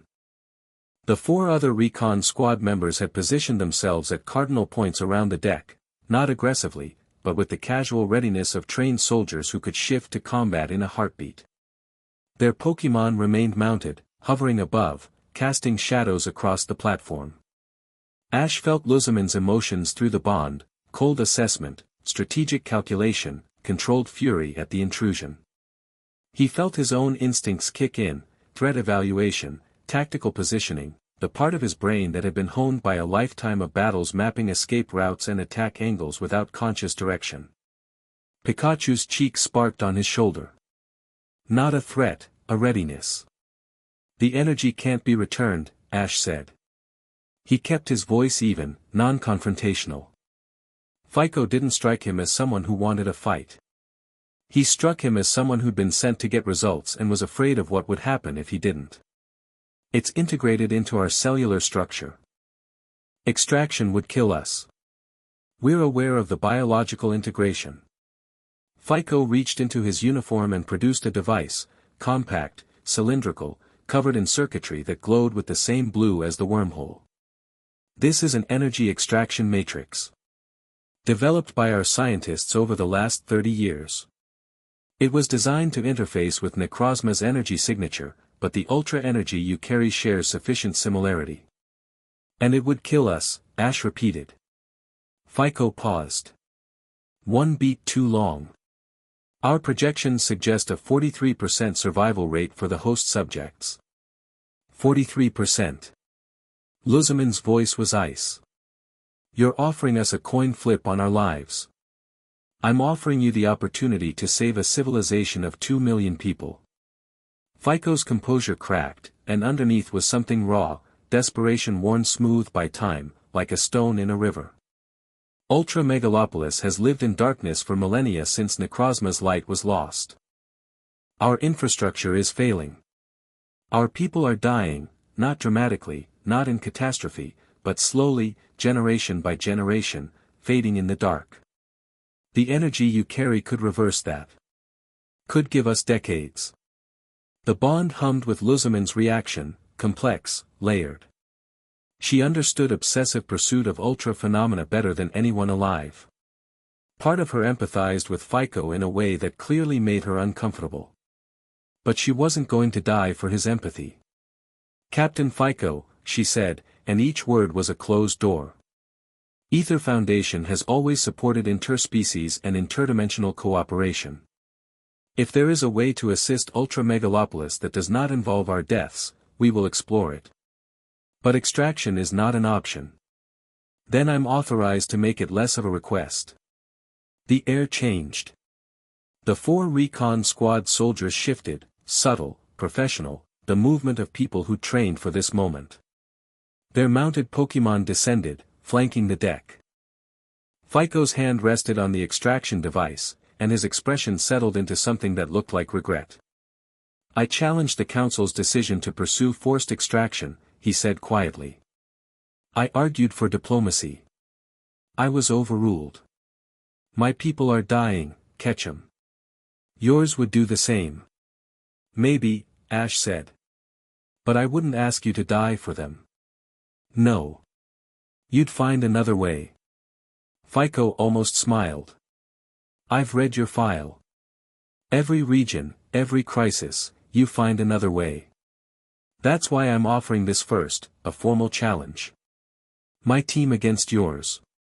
If you win, we leave. We pursue alternative solutions.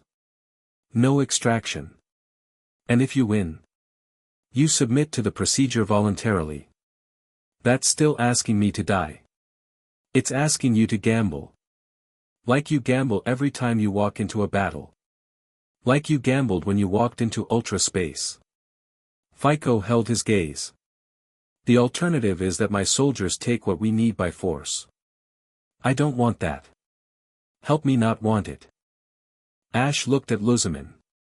Through the bond, they communicated in the wordless shorthand that a week of proximity and training had built, not telepathy, but something close.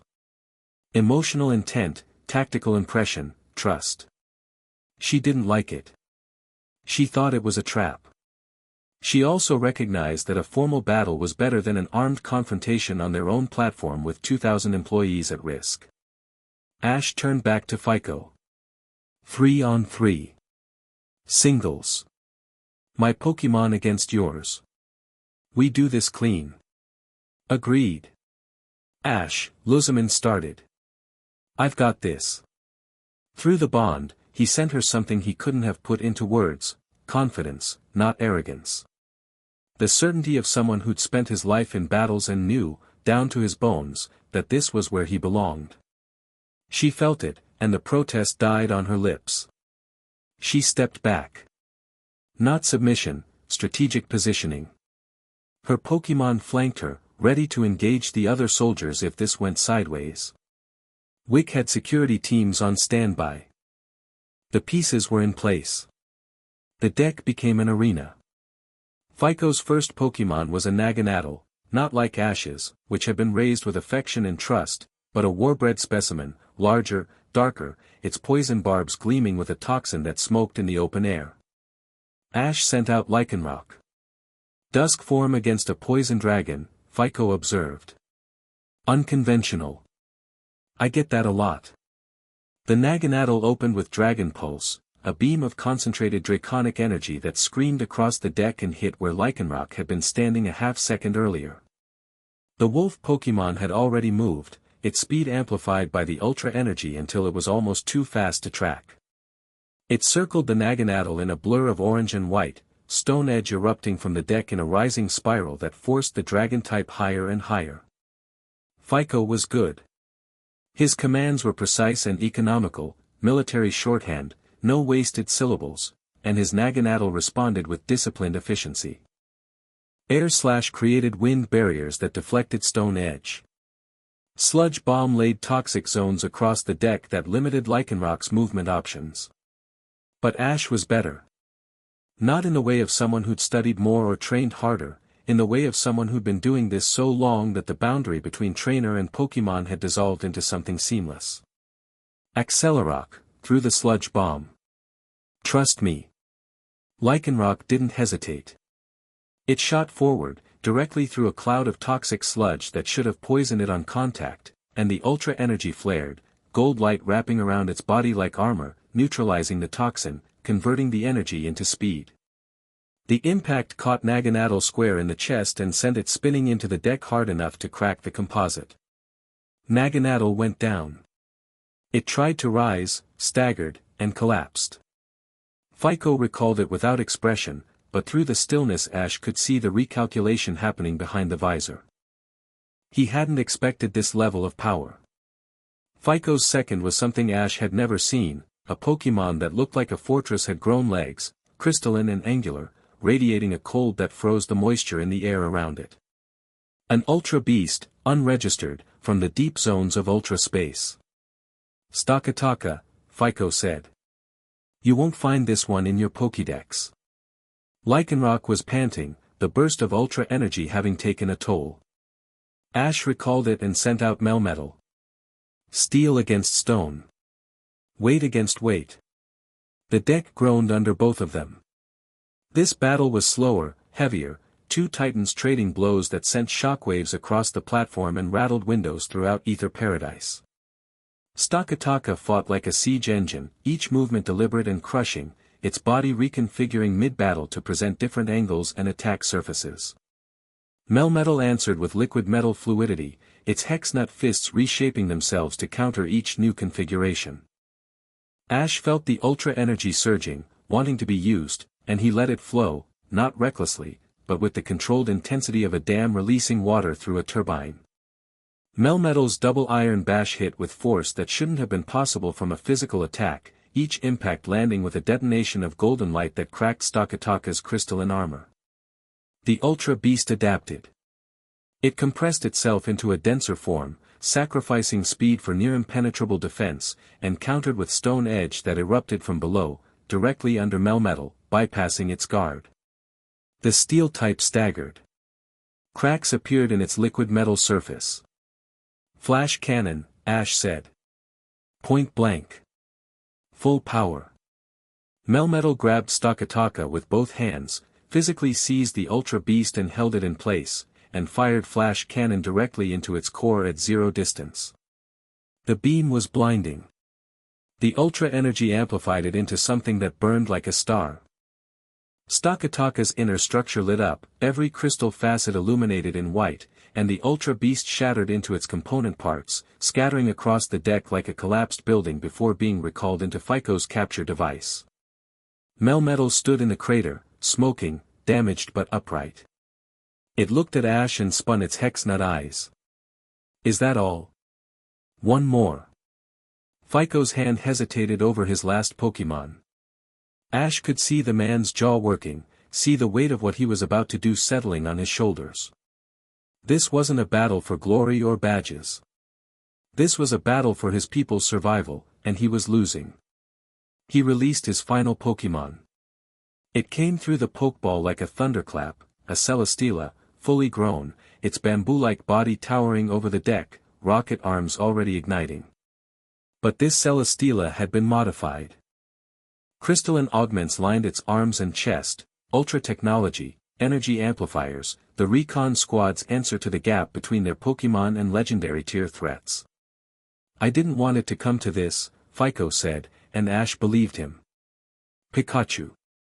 His partner leaped from his shoulder without a word. No dramatic pose. No hesitation. Pikachu landed on the deck, squared his tiny body against the towering Ultra Beast, and sparked. Celesteela fired. Twin beams of concentrated energy from its rocket arms, flash cannon amplified by Ultra technology, strong enough to punch through steel plating. The deck where Pikachu had been standing ceased to exist. Pikachu was already airborne. He'd moved at the first twitch of Celesteela's arms, reading intent, not waiting for action, and was climbing the Ultra Beast's body with the speed and agility of something that had been doing impossible things its entire life. Celesteela swatted at him with arms that could level buildings. Pikachu dodged between them like water through fingers. Iron tail, joint assembly, left arm. Pikachu's tail hardened, gleamed with steel-type energy amplified by the golden glow of ultra power, and struck the joint between Celesteela's left arm and body with surgical precision. The arm locked. Celesteela stumbled, off balance, and Pikachu was already moving to the right side. Again. Another strike. Both arms locked. Celesteela, unable to aim its primary weapons, fired its rocket boosters in a desperate attempt to gain altitude and shake Pikachu off. It launched upward, flames scorching the deck below. Now, buddy. Pikachu climbed to the top of Celesteela's head, planted all four paws, and looked down at the Ether Paradise observation deck shrinking below them. Wind whipped at his fur. The sky blazed around them. He was a speck on the head of a giant, 1,000 feet in the air, and he had never looked more at home. Thunderbolt. Not 10 million volt. Not a Z move. Just Thunderbolt, the first move Pikachu ever mastered, the foundation of everything they'd built together, channeled through a bond forged over a decade of partnership and amplified by ultra energy that turned it into something legendary. The bolt was golden. It entered Celesteela's body through the crown and exited through every surface simultaneously, lighting the Ultra Beast up like a signal flare visible across all of Alola. The crystalline augments shattered. The rocket boosters cut out. And Celesteela, smoking and sparking and utterly defeated, began to fall. Pikachu rode it down like a surfboard, leaped clear at 30 feet, and landed on the deck in front of Fico with a grace that was frankly showing off. Pika. We done here? Silence on the observation deck. Fico's soldiers hadn't moved, they were staring at their captain's fallen Pokémon with expressions that Ash recognized from 100 battles. The look of people realizing they'd underestimated someone. Fico recalled Celesteela. He stood very still for a long time, his visor reflecting the smoke and the golden glow and the small yellow Pokémon sitting calmly at his opponent's feet. The council won't accept this, he said finally. That sounds like a council problem, Ash replied. Not a me problem. You don't understand. My people are dying, I heard you. And I told you, I'll help find another way. A real way. Not one that kills us. Ash stepped forward, and the ultra energy flared around him, not a threat, but a statement of presence that made the air itself pay attention. You came here because you're desperate. I get that. But desperation doesn't give you the right to decide our lives are worth less than yours. Fico stared at him from behind the visor. Through the distance between them, Ash saw the man he might have been in another life, a good man, a leader, someone who cared about his people enough to do terrible things. The worst kind of enemy, the kind who believed they were right. We'll go, Fico said. For now. But the council has other options. Other allies. His visor shifted toward the interior of Ether Paradise, just for a moment, a glance so brief Ash almost missed it. I'd watch your own house, Ketchum. Not everyone inside it is what they seem. The recon squad departed through the wormhole, and the sky healed behind them. Ash watched them go with Pikachu on his shoulder and a cold knot in his gut that had nothing to do with the battle. Other allies. Watch your own house. He turned to find Lusamine standing behind him with an expression that was trying to be analytical and was actually something much closer to awe. Through the bond, he felt what she would never say aloud, she had just watched him systematically dismantle a military strike team's combat roster with the calm precision of someone ordering lunch, and it had fundamentally altered something in how she saw him. "You fought well," she said, which was Lusamine, for that was the most impressive thing I've ever witnessed. "We need to talk about what he said. About allies inside the house." Her expression shifted. The awe dissolved into something harder: calculation, suspicion, the cold machinery of someone who'd run an organization long enough to know that betrayal was never a matter of if. "Faba," she said immediately. "You think?" "Faba has been positioning himself since my rescue. He was acting branch chief during my absence. He has access to communications systems, security protocols, and research databases. And he has always believed the Foundation should be his." She paused. "I should have dealt with him immediately. I was distracted." The bond flickered with self-recrimination. Lusamine didn't make excuses for her mistakes, she catalogued them like data points and used them as fuel for whatever came next. "Can you lock him out?" "Not without proof. The board would see it as paranoia, the traumatized president purging loyal staff. Faba has allies on the board. He's been cultivating them for years. So we need proof. We need to be smarter than he is. Which, given that his primary talent is administrative scheming rather than actual intelligence, should be achievable." She looked at Ash, and something passed between them through the bond, not a plan, but the shape of one. "I'll review security logs. Communication records. If he's contacted anyone off-world, there will be traces. And I'll keep training. If FICO comes back, or sends someone worse, we need to be ready. Together." He met her eyes. Together. It wasn't a romantic moment. It was two people standing in the wreckage of a battle, covered in dust and adrenaline, choosing to face the next threat side by side. But through the bond, Ash felt the foundation of something being laid, brick by brick, fight by fight, that neither of them had expected to build. Lusamine turned to leave, then stopped. "Ash. Yeah. Your Pikachu is extraordinary." Pikachu preened. Ash grinned. "I'll tell him you said so." "I just did." And she walked away, heels clicking on the damaged deck, head high, as if the entire confrontation had been a minor interruption in her schedule. Through the bond, warmth. Carefully hidden. Fiercely denied. But there. The proof came faster than either of them expected, and it came from Lily. She arrived at Ether Paradise 2 days after the Ultra Recon Squad confrontation, ostensibly to visit, actually because Gladion had asked her to check on their mother and she was the only family member currently willing to be in the same room as Lusamine without shouting.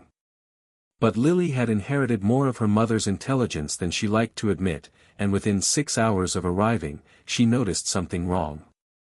"The encrypted communication array on sublevel 4, she said, standing in the shared sitting room with her Alolan Vulpix, Snowy, in her arms. "It's been accessed 37 times in the past 2 weeks. The access logs show maintenance cycles, but the maintenance team confirmed they haven't been down there."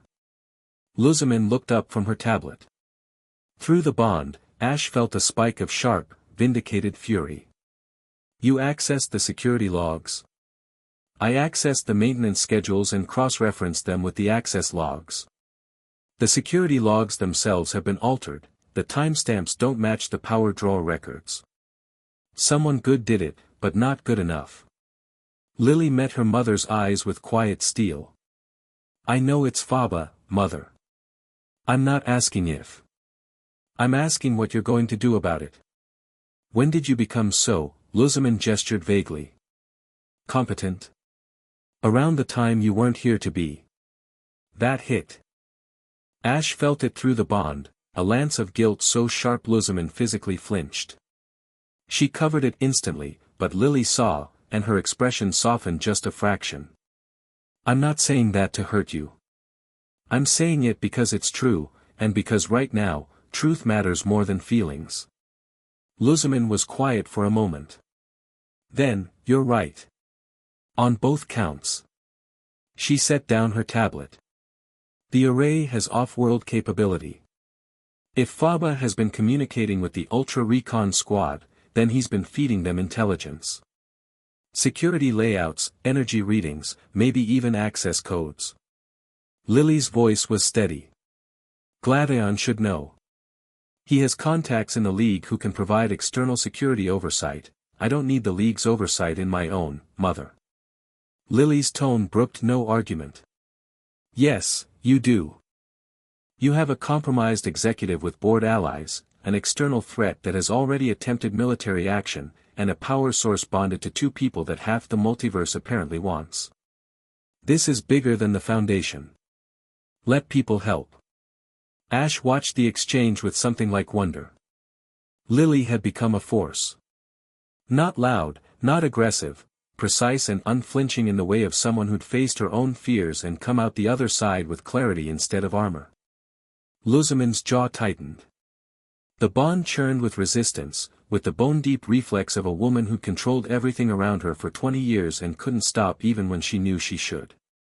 Then she looked at Ash, and he felt her feel what he was feeling, gentle, steady confidence. Let her in. Let them help. You don't have to do this alone anymore. Call your brother, Lusamine said quietly. And tell Wick to lock down sublevel 4. Quietly. Lily nodded and left. Snowy glanced back at Ash and Pikachu from the doorway with cool blue eyes that seemed to say, about time. They moved that night.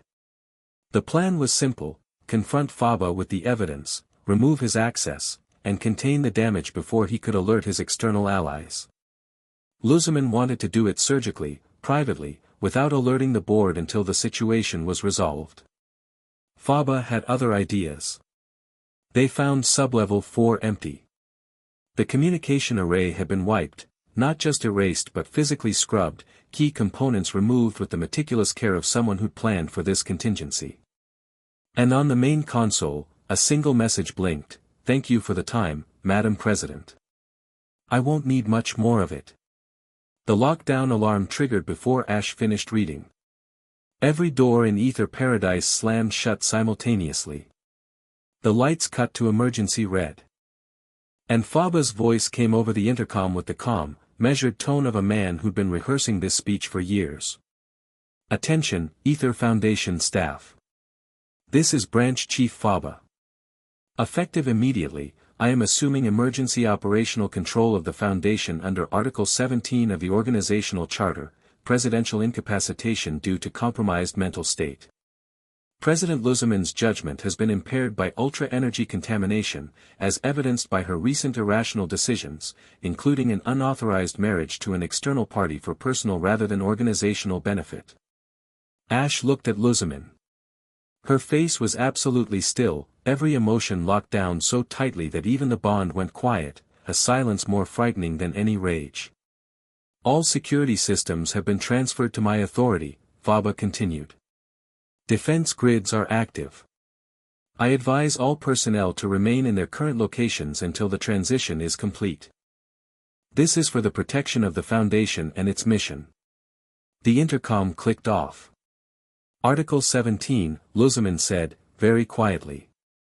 He's been planning this since the day I was taken into ultra space. Possibly before. Can the board override it? Not without a quorum, which requires physical assembly. He's locked down the facility, board members on site can't reach each other, and external members can't get in. She closed her eyes. Through the bond, Ash felt her running scenarios, a chess player with the board suddenly rearranged. He controls the defense grids. Automated systems, energy barriers, containment fields, the security Pokemon protocols. 240 individual defense units spread across every level. We've fought through worse. Not in a facility full of 2,000 civilians and injured Pokemon. If we engage the defense systems openly, people get hurt. Then we don't engage them openly. She opened her eyes and looked at him, and Ash saw the moment she decided to trust him, not partially, not strategically, but completely. It was visible in the bond as a wall going not down but transparent, still there, but no longer blocking the view. What do you have in mind? Ash grinned. It was the grin of someone who'd been breaking into, out of, and through hostile facilities since he was 10 years old and had gotten very, very good at it. I know a thing or two about getting places I'm not supposed to be. The next 90 minutes were the most exhilarating of Lusamine's life, and she would go to her grave before admitting it. Ash navigated Ether Paradise's sublevel infrastructure with an instinct that bordered on precognitive, leading them through maintenance corridors, ventilation systems, and service tunnels that Lusamine, who had designed half the facility, hadn't known existed. His Pokémon operated with silent, terrifying efficiency. Lycanroc scouted ahead, its enhanced senses detecting security patrols and automated defenses before they came into range. Pikachu disabled electronic locks with precisely calibrated electrical pulses, not enough to trigger alarms, just enough to pop mechanisms. Incineroar dealt with the physical barriers, bending reinforced doors open with brute strength muffled by the darkness. Lusamine's contribution was knowledge. She knew every system, every protocol, every failsafe Faba would be using. She guided them around the automated defenses, energy barriers that would have fried anything that touched them, containment fields designed to hold ultra beasts, Magnezone patrol units that swept corridors in programmed patterns. Faba rerouted the defense grid through the auxiliary control room on level 3, she whispered as they crouched in a maintenance shaft above the main lobby. Below them, a squad of confused Ether employees huddled under the red emergency lights, guarded by a pair of automated Klefki sentries. If we reach it and reset the protocols, he loses his teeth, Ash finished. How many security personnel are actually loyal to him? In person? Few. He leads through systems, not people. But the automated defenses don't care about loyalty, they follow whoever holds the access codes. Then we take the codes. They encountered their first real resistance on level 5, a hypno that Faba had stationed as a psychic sentry, its pendulum swinging in lazy arcs that sent waves of drowsiness through the corridor. Ash felt it pulling at his mind, a heavy fog that whispered sleep, rest, give in. Lycanroc snarled.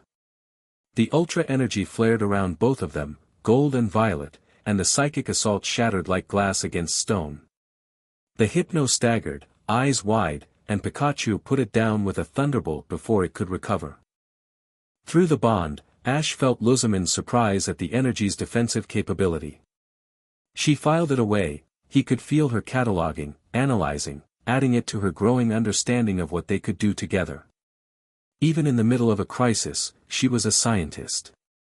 If we can repel psychic attacks, she murmured as they stepped over the unconscious hypno, the energy's applications extend beyond Pokémon amplification. It's a personal defense system. Can we analyze it later and survive now? I can do both. She could, and he was starting to find that more impressive than annoying. They reached level 3 through a garbage chute that Ash navigated with the comfort of someone who'd spent a concerning amount of his childhood in spaces not designed for human travel. Lusamine descended after him with rigid dignity, managed to land gracefully despite the circumstances, and immediately pretended the entire experience hadn't happened. The auxiliary control room was guarded by Faba's Alakazam, his strongest Pokémon, and a genuine threat. The psychic type stood in the center of the room surrounded by floating screens showing security feeds from across the facility, its spoons crossed, eyes glowing with maintained concentration. It was managing the entire defense grid simultaneously, its psychic power serving as the processing hub for Faba's coup. If we take out the Alakazam, the automated systems lose coordination, Lusamine said. They'll default to passive mode, barriers down, containment fields deactivated, patrol units returning to stations. One problem. It's a psychic type managing a facility-wide network. The moment we enter that room, it knows. Then we don't enter the room. She looked at him, and through the bond he felt her plan form, not in words, but in tactical impressions, a strategy that used their synchronized energy in a way they'd practiced but never deployed in a real scenario. Together? He asked. Together. They pressed their hands against the wall on either side of the door, palms flat, ultra energy surging through the bond between them. Gold and violet light bled into the wall's surface, traveling through the facility's structure like electricity through wiring. What happened next was instinct for Ash and calculation for Lusamine, and the combination was devastating. The ultra energy hit the room's electrical system simultaneously from every direction, not a brute force assault but a precise, synchronized disruption that overwrote the psychic network Alakazam was maintaining. Every screen flickered. Every connection dropped. The defense grid went dark for 3 seconds, an eternity in electronic warfare, and in those 3 seconds, every locked door in Ether Paradise opened. Alakazam screamed.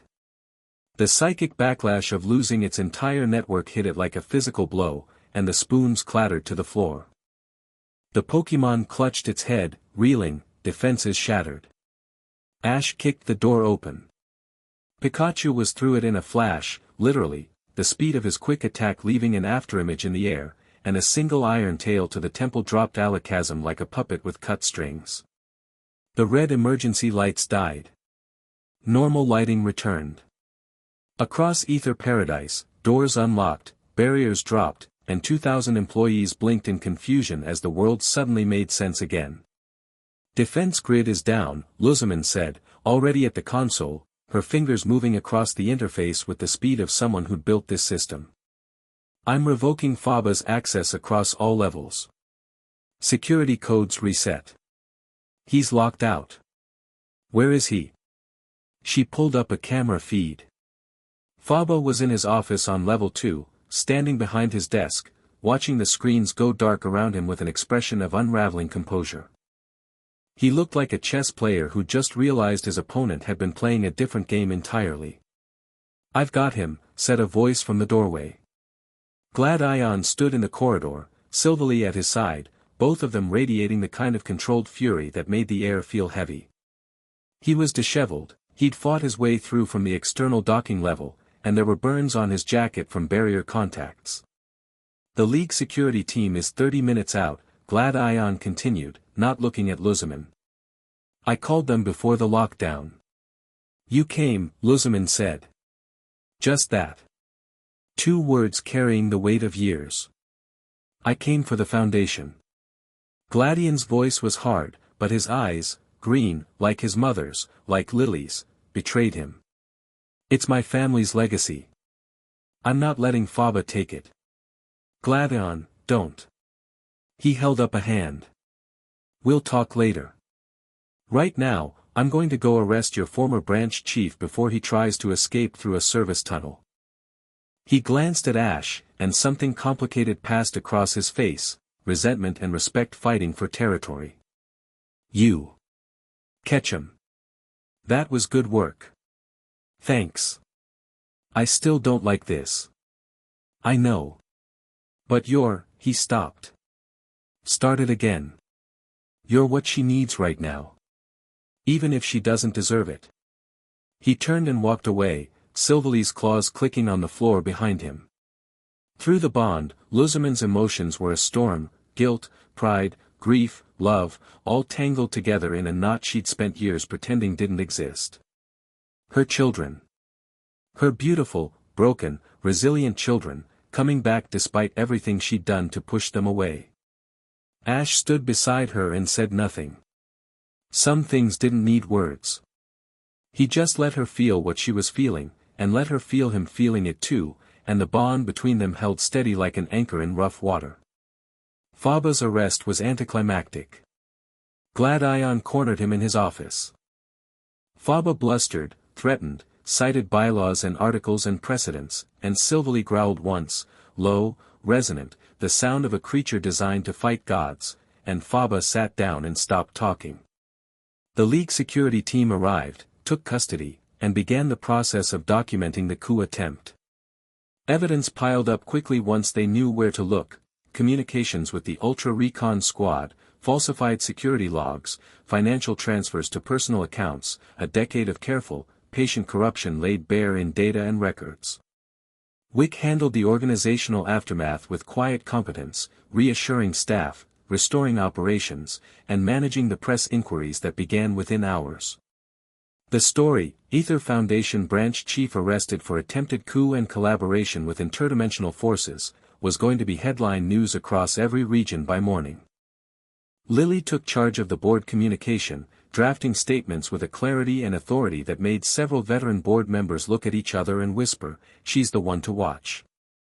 And in the middle of all of it, Ash and Lusamine found themselves alone on the observation deck, looking out at an ocean painted silver by moonlight. The battle, the infiltration, the emotional upheaval of the day, it all settled around them like dust after an earthquake. The bond was quiet. Not empty, present, warm, a steady hum of shared exhaustion and relief. "I owe you an apology," Lusamine said. Ash glanced at her. She was leaning on the railing, her hair loose, the ultra-energy glow painting her in soft violet light. She looked tired in a way that went beyond physical, a bone-deep weariness that came from years of carrying too much and trusting too little. "For what?" "For this. For making you do this. For the marriage, the energy, the danger, all of it stems from my obsession. From decisions I made years ago that I knew were destructive and pursued anyway because she stopped." The bond churned with something she was fighting to articulate, something she'd never said aloud, maybe never even admitted to herself. "Because I couldn't face being alone with who I was. The ultra beasts were an escape. The Nihilego was an escape. And when the escape tried to eat me alive, you came into a dimension that would have killed anyone else, fought a creature older than human civilization, and pulled me out." She turned to face him. Her eyes were bright, not with tears, exactly, but with the luminous intensity of someone forcing themselves to be honest for possibly the first time. "And then I repaid you by making you marry me. You didn't make me do anything. I gave you an impossible choice. All my choices are impossible. Ask Pikachu, he keeps a list." Ash leaned on the railing beside her, close enough that the bond hummed with proximity, far enough to maintain the space she needed. "Lusamine, I didn't marry you because you forced me. I married you because it was the right thing to do, and because," he paused. The bond shivered with something on his side now, something he hadn't examined too closely because examining it felt dangerous. "Because the person I pulled out of ultra space wasn't the person who went in," he said carefully. The Lusamine who was obsessed, who hurt her kids, who tried to merge with an ultra beast, she was already being consumed before the Nihilego touched her. But the woman standing here right now? This one's different. This one's scared and angry and doesn't know how to ask for help, and she drinks terrible coffee, and she lets Pikachu sit on her shoulder even though it clearly short-circuits something in her brain. This one's worth fighting for. Lusamine stared at him. The bond was wide open between them, wider than it had ever been, and Ash could feel her response before she could think to hide it. Not love, not yet, maybe not for a long time, but something fundamental shifting. A recognition. A choice being made, slowly and deliberately, to stop running from the thing she was most afraid of. Connection. Real, honest, terrifying connection with another human being. "You impossible boy," she whispered. The same word she'd used the night of the ceremony, but different now. Warmer. Realer. "That's the second time you've called me that. It bears repeating." She reached out and took his hand. Not tentatively this time, deliberately, with the decision-making clarity she brought to everything. Her fingers laced through his, and the ultra-energy between them pulsed once, bright and warm, like a heartbeat shared. They stood like that for a while. Not speaking. Not needing to. The bond carried everything that words would have fumbled, gratitude and fear and the fragile first threads of something that might, given time and care, become the kind of love that people wrote legends about. Pikachu, who had been watching from the railing with the expression of someone who'd been waiting for this specific moment and was very satisfied with the timing, yawned and curled up next to their joined hands. Then the sky cracked open. Not a wormhole, not the controlled, circular portals they were familiar with. This was a fracture, a jagged line of black that split the sky from horizon to zenith like a crack in a mirror. Through it, light drained, not metaphorically, literally. The moonlight dimmed. The stars near the fracture flickered and went dark, their light pulled into the crack like water into a drain. The temperature dropped 10 degrees in seconds.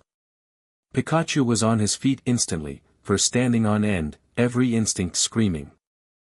Across Ether Paradise, alarms began to sound again, different alarms this time, deeper, more urgent, the kind reserved for existential-level threats. Lusamine's hand tightened on Ash's.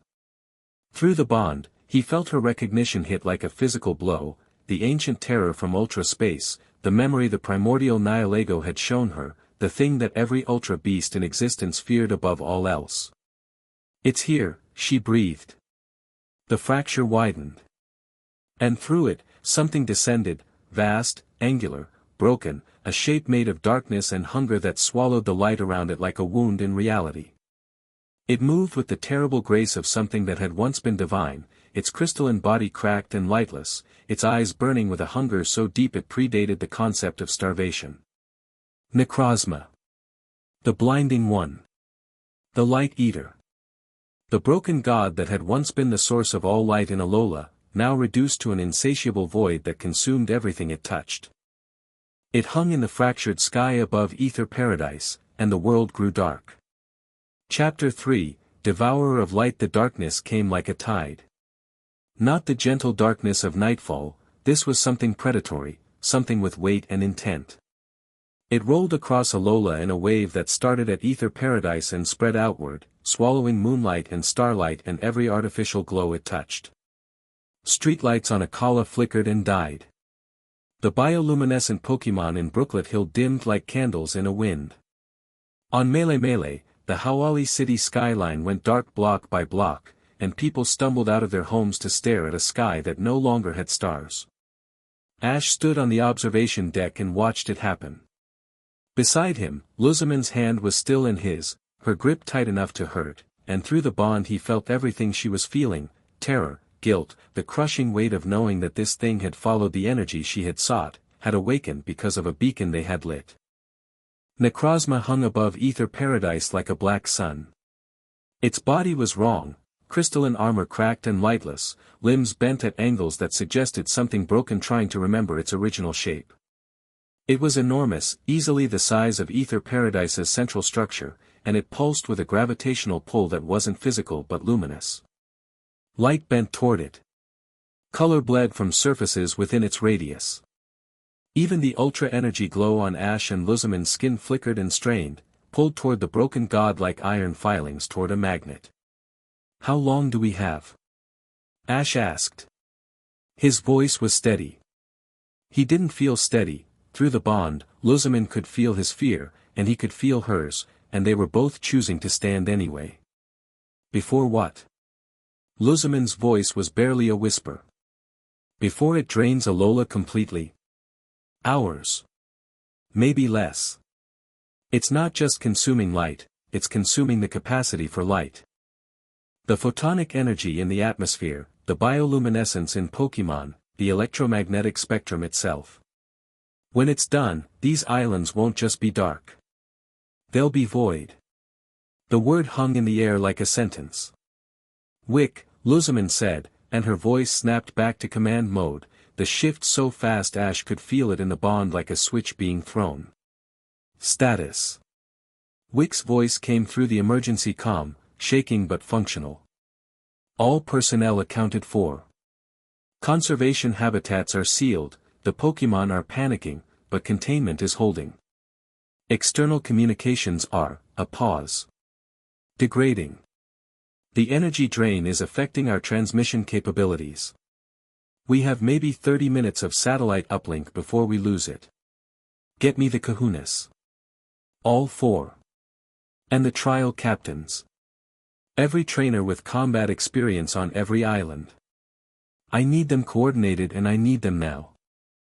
Madam Lusamine, the League protocols for a legendary class event require, I don't care about protocols. Protocols assume we have time. We don't. Get me Hala, Olivia, Nanu, and Hapu. Tell them the blinding one has returned, and it's hungry. Ash was already moving. I need to contact Kukui. And Gladion, where's Gladion? Still on site. He was overseeing Faba's transfer when, get him to the command center. And Lily. We need everyone. They moved through Ether Paradise at speed, and around them, the facility was transforming. Emergency protocols kicked in, not Faba's hijacked systems, but the real ones, the deep-buried contingency plans that Lusamine had designed for exactly this kind of scenario. Backup power routed through insulated conduits. Shielded lighting activated, casting everything in a pale amber glow that the darkness couldn't quite swallow. Defense grids powered up, not aimed inward this time, but outward, creating a dome of energy around the facility that pushed back against Necrozma's drain. It bought them time. Not much, but some. The command center was a circular room at Ether Paradise's core, ringed with screens and holographic projectors, designed as the nerve center for Foundation operations during crisis events. By the time Ash and Lusamine arrived, it was already filling with people. Gladion was there, silverly pressed against his leg, both of them vibrating with restrained aggression. Lily stood beside him, snowy in her arms, her face pale but composed. Wick manned the primary console, her fingers flying across interfaces. Professor Burnett had commandeered a secondary station and was running energy analysis on Necrozma's drain field, her expression grim. Professor Kukui arrived via emergency transport from Mele Mele, his lab coat singed from a wormhole distortion that had opened during transit. He looked at the tactical display showing Necrozma's position above the facility and said one word, damn. The screens flickered to life one by one as the kahunas connected. Hala's weathered face, grave and steady. Olivia, already in her battle gear, Lycanroc at her side. Nanu, looking like he'd been dragged out of bed and resented the apocalypse for its timing. Hapu, small and fierce, standing at the base of the altar of the sun with Mudsdale behind her. You're seeing what we're seeing, Lusamine said without preamble. Necrozma. The blinding one. The entity responsible for Alola's original light, now corrupted and starving. It followed the ultra-energy signature from our bonding ritual, and it is currently draining every photonic source in the archipelago. We felt it on Mele Mele, Hala said. His voice carried the weight of a man who'd spent his life as a guardian of sacred traditions and was watching the thing those traditions warned about materialize in real time. The Tapu. Tapu Koko engaged it when the fracture opened. It lasted 90 seconds before Koko was driven back. I've never seen the Guardian retreat. The room absorbed that in silence. Tapu Koko, the most aggressive, battle-hungry of the island guardians, retreating after 90 seconds. The scale of the threat crystallized in that single fact. All 4 Tapus have attempted engagement, Hapu reported. All 4 were repelled. Tapu Fini is injured, Necrozma drained its fairy energy directly. The Guardian is alive but diminished. It's eating them, Burnett said from her console, not looking up. Not physically, energetically. Necrozma's original function was to distribute light across dimensions. Its crystalline body was designed to absorb, refine, and emit light energy. But it's been broken for so long that the absorption function has become dominant. It's a star that's collapsed into a black hole. It takes and can't give back. Can it be stopped? Olivia asked. Not by force. Its energy absorption makes it effectively immune to direct attacks, any energy-based move will be consumed. Physical attacks can damage the crystal armor, but it regenerates using absorbed light faster than anything short of a legendary could damage it. Burnett finally looked up. But it can potentially be restored. All eyes turned to Ash and Lusamine. Burnett pulled up a holographic model, Necrozma's energy signature overlaid with the bonded ultra-energy pattern from Ash and Lusamine. The ultra-energy they carry is fundamentally compatible with Necrozma's original light signature. It's not identical, but it's close enough to serve as a catalyst. If enough concentrated, harmonized energy could be channeled into Necrozma's core, it could theoretically reactivate the emission function, restart the cycle of absorb and release instead of just absorb. You're talking about feeding a god, Nanu said flatly. I'm talking about healing one, Burnett corrected. Necrozma isn't evil. It's not even malicious. It's a broken divine entity running on survival instinct. If we can restore its ability to emit light, it becomes what it was always meant to be, the source of Alola's radiance. Ultra Necrozma. The blinding one in its true form. And this requires Ash and Lusamine to channel their energy into it, Kukui said. It wasn't a question. Yes. How much energy? All of it. Another silence. Heavier this time. Ash looked at Lusamine. Through the bond, he felt her calculating, not whether to do it, because the answer to that was obvious, but whether they'd survive it. The math wasn't good. She could feel him feeling her do the math, and he could feel the answer she arrived at, uncertain. Maybe. Probably not. If we channel all our ultra energy into Necrozma, Lusamine said, her voice clinical in the way it got when she was most afraid, what happens to us? Burnett hesitated.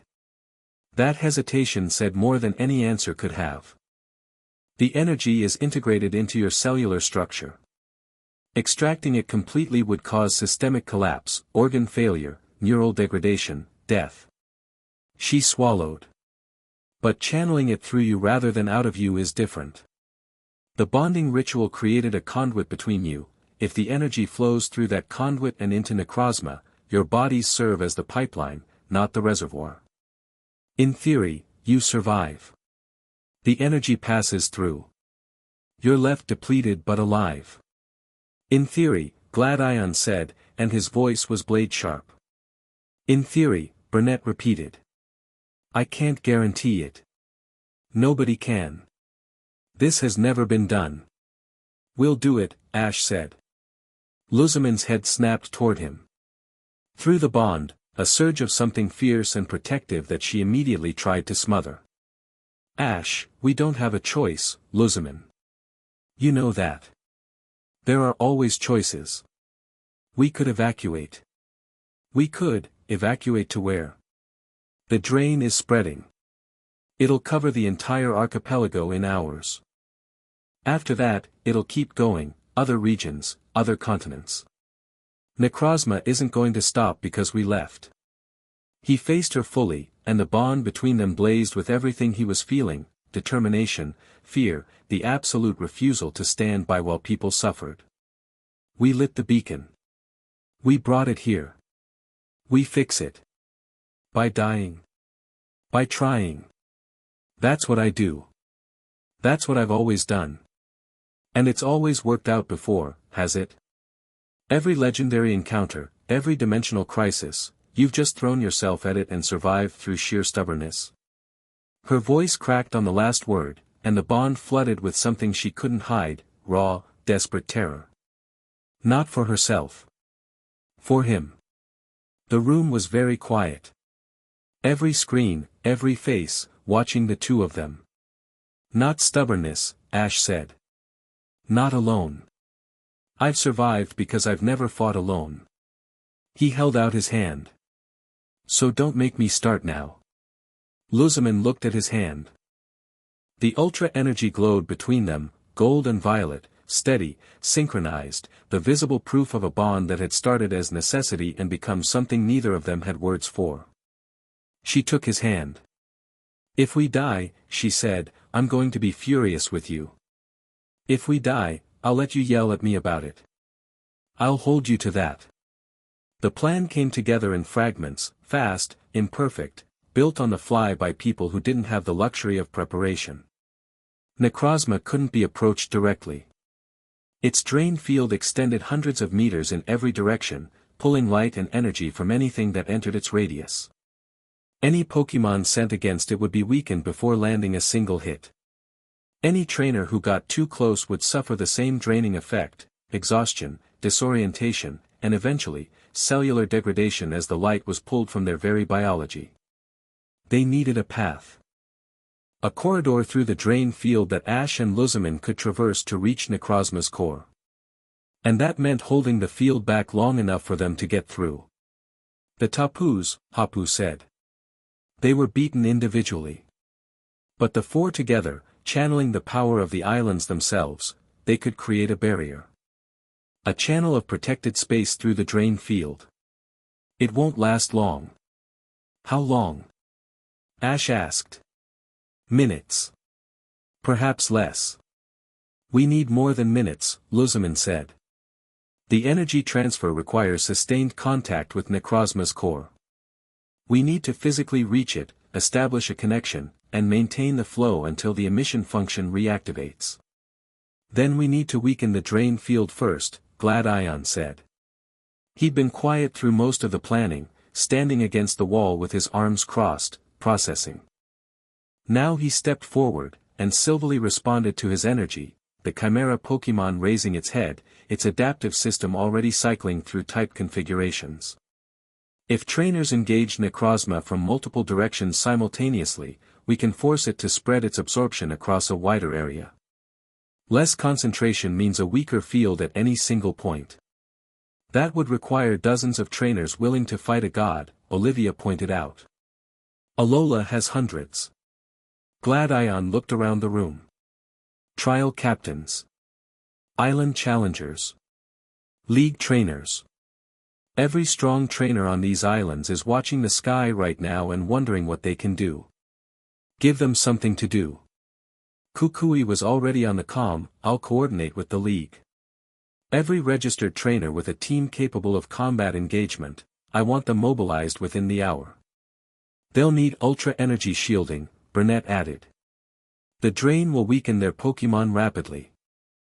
I can modify the energy signature from the bonding ritual into a broadcast pattern. Essentially, Ash and Lusamine can extend their stabilized field to cover allied trainers within range. It won't make them immune, but it'll buy time. How do we broadcast it? Burnett looked at Ash and Lusamine. You'll need to be the antenna. The energy radiates from you. If you amplify it deliberately, you can project a protective field across a significant area. But it means splitting your focus between shielding allies and channeling energy into Necrozma. We can do both, Ash said. He felt Lusamine's agreement through the bond before she voiced it, a warm pulse of shared resolve. Assuming you reach Necrozma, Nanu said, his gravelly voice cutting through the planning like sandpaper. He hadn't moved from his screen, hadn't changed expression, but his eyes were sharp. What makes you think it'll let you? It's not a statue. It's a god. A starving, broken, desperate god. When you get close enough to touch it, it's going to try to drain you dry. That's the point, Ash said. We want it to take the energy. We're just going to make sure it takes it the right way. The difference between medicine and poison is dosage, Lusamine murmured. We control the flow. We don't let it pull, we push. Controlled, channeled, through the bond. If we maintain synchronization, Nanu repeated. When, Ash corrected. Nanu studied him for a long moment. Then, for the first time in Ash's memory, the old kahuna smiled. It was a thin, tired, knowing smile, the expression of someone who'd seen too many young people charge into impossible odds and come back changed. You remind me of someone I used to be, Nanu said. Before I learned better. Good luck, kid. The mobilization happened faster than anyone expected, because Alola was an island region with a culture built on community and a population that had been living alongside legendary Pokémon for millennia. When the call went out, through league channels, through island networks, through word of mouth that spread like wildfire through communities that were already watching the sky go dark, the response was immediate. Kiawe arrived first, because of course he did. He rode in on Charizard, his own, not Ash's, with Marowak at his side and fire in his eyes. Tell me where to fight, was all he said. Mallow came with Serena, bringing supplies from her restaurant, food, water, berries, everything trainers in a prolonged battle would need. She set up a support station on the main platform with the efficient warmth of someone who showed love through action. Lana appeared with Primarina, calm and focused, already coordinating with Brooklet Hill's water-type population for a secondary defensive line. Sophocles brought technology, signal boosters, energy monitors, communications equipment he'd modified on the transport over to function despite Necrozma's drain. The trial captains filtered in from across the islands. Ilima with his precise strategies and elegant Smeargle. Acerola with her ghost types that operated in shadow, theoretically less affected by a light-draining entity. Mina, whose fairy-type team radiated a soft, persistent glow that pushed back against the encroaching darkness. And then the trainers. Dozens of them, then hundreds. League-registered battlers, Island Challenge veterans, everyday trainers who'd never faced anything worse than a wild beware and were showing up anyway because their home was in danger and standing still wasn't an option. Ash watched them gather from the observation deck, a growing army of people and Pokemon assembling in the amberlit platforms of Ether Paradise, and felt something expand in his chest that was bigger than fear, bigger than duty. Pride. In these people. In this place. Lusamine stood beside him, and through the bond he felt her seeing it differently, seeing the loyalty, the courage, the willingness to fight for each other that she'd spent years overlooking in her obsession with things beyond this world. She'd searched ultra space for something extraordinary and missed the extraordinary things right in front of her. I don't deserve their help, she said quietly. Maybe not. But you're going to use it well. She looked at him with eyes that were bright with something she still couldn't name. You really believe we can do this? I believe in them. I believe in us. And I believe that a god that used to be the source of all light can learn to shine again. That's enough. Enough for what? Enough to try. The wormhole opened again 20 minutes before they were ready. Different from Necrozma's fracture, this was a controlled portal, Ultra-Megalopolis origin, and through it stepped Captain Fico with a squad twice the size of his last visit. They materialized on the western platform in formation, armed with extraction equipment and Ultra Beast partners, and the defensive perimeter of trainers immediately shifted to respond. Ash moved to intercept. Behind him, Gladion and Silvally fell in as flankers without being asked, and Pikachu's cheeks were already sparking. But Fico held up both hands. Open. Empty. I'm not here to fight you, Fico said. His visor was cracked, a new crack, recent, and through it Ash could see one eye clearly. It was exhausted and red-rimmed and afraid. I'm here because Necrozma passed through our dimension on its way to yours. It tore through Ultra-Megalopolis like paper. The artificial light we've been surviving on, 40% of it is gone. Consumed in seconds. The weight of that settled across the platform. My people are dying in the dark right now, Fico continued, and his voice carried a roughness that hadn't been there before, the sound of a man whose carefully maintained control was fraying at the edges. Faster than before. Much faster. I told the council that extraction was the answer, that taking your energy would save us. The council agreed. I believed it. He paused. I was wrong. What changed your mind? Lusamine asked. She'd arrived behind Ash, her presence in the bond a steady, watchful weight. Watching Necrozma eat our world made me realize that even if we took your energy, it wouldn't matter. Necrozma would just consume it again.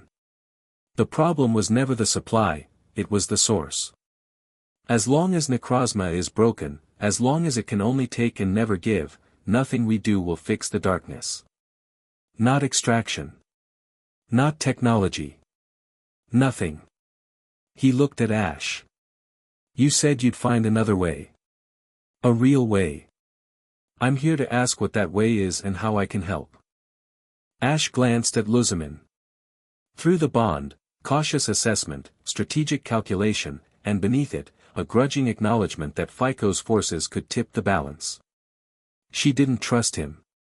But she understood desperation, she'd lived in it for years. We're going to restore Necrozma, Ash said. Not fight it. Heal it. Turn it back into what it was, the light source for all dimensions, including yours. FICO stared at him. Behind the cracked visor, something shifted, skepticism warring with hope, the desperate hope of a man who'd run out of every other option. How? Come inside. We'll show you. The alliance that formed in the next hour should have been impossible. Alolan trainers who'd never seen an Ultra Beast standing shoulder to shoulder with Ultra Recon Squad soldiers who'd never seen sunlight. Kahunas who guarded ancient traditions coordinating with scientists who dealt in interdimensional physics. A former champion who was 19 years old and the president of the world's largest research foundation who was 39, bound together by energy that pulsed between them like a shared heartbeat. It shouldn't have worked. It worked because it had to. FICO's soldiers brought something invaluable, experience fighting in light-depleted environments. Ultra Megalopolis had existed in darkness for millennia, their Pokémon were adapted to it, their tactics designed for it. They integrated into the battle plan as a specialized unit, assigned to the closest engagement ring where Necrozma's drain field was strongest. The Ultra Beast partners they'd brought, Poipole, Xurkitree, Buzzwole, were different from the ones Ash had fought. These were trained, disciplined, bred for military operations. They wouldn't flinch in Necrozma's shadow.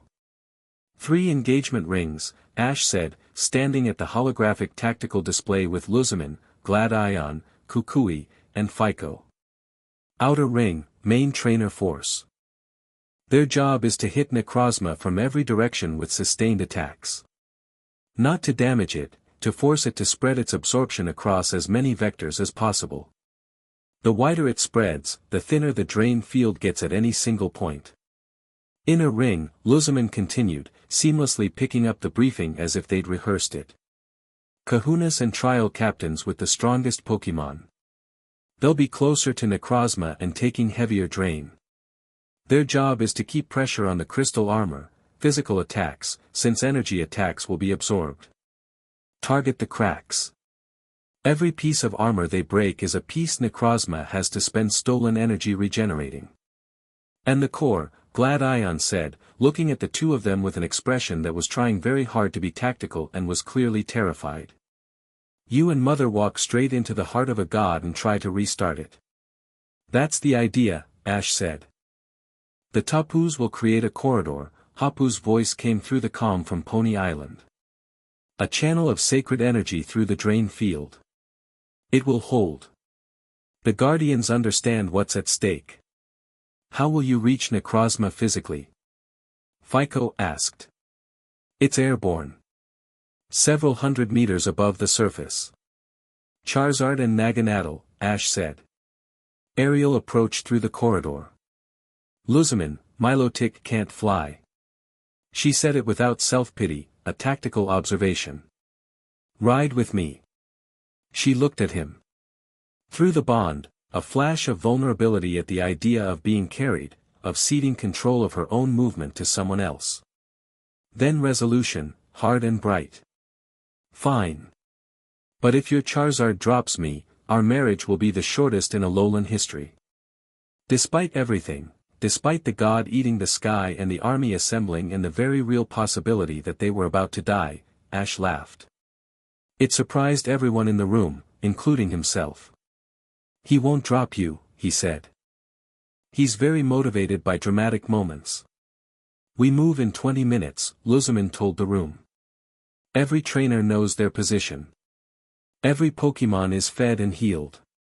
This is not a standard engagement, there are no rounds, no referees, no rules. We hold the line until Ash and I reach Necrozma's core, and then we hold it longer. She swept the room with those green eyes, sharp as glass, bright as fire, and every person in it straightened under her gaze. Alola has survived volcanic eruptions, tidal waves, and Ultra Beast incursions. We will survive this. Am I clear? A chorus of affirmatives, some military crisp from the recon squad, some rowdy from the Alolan trainers, all of them genuine.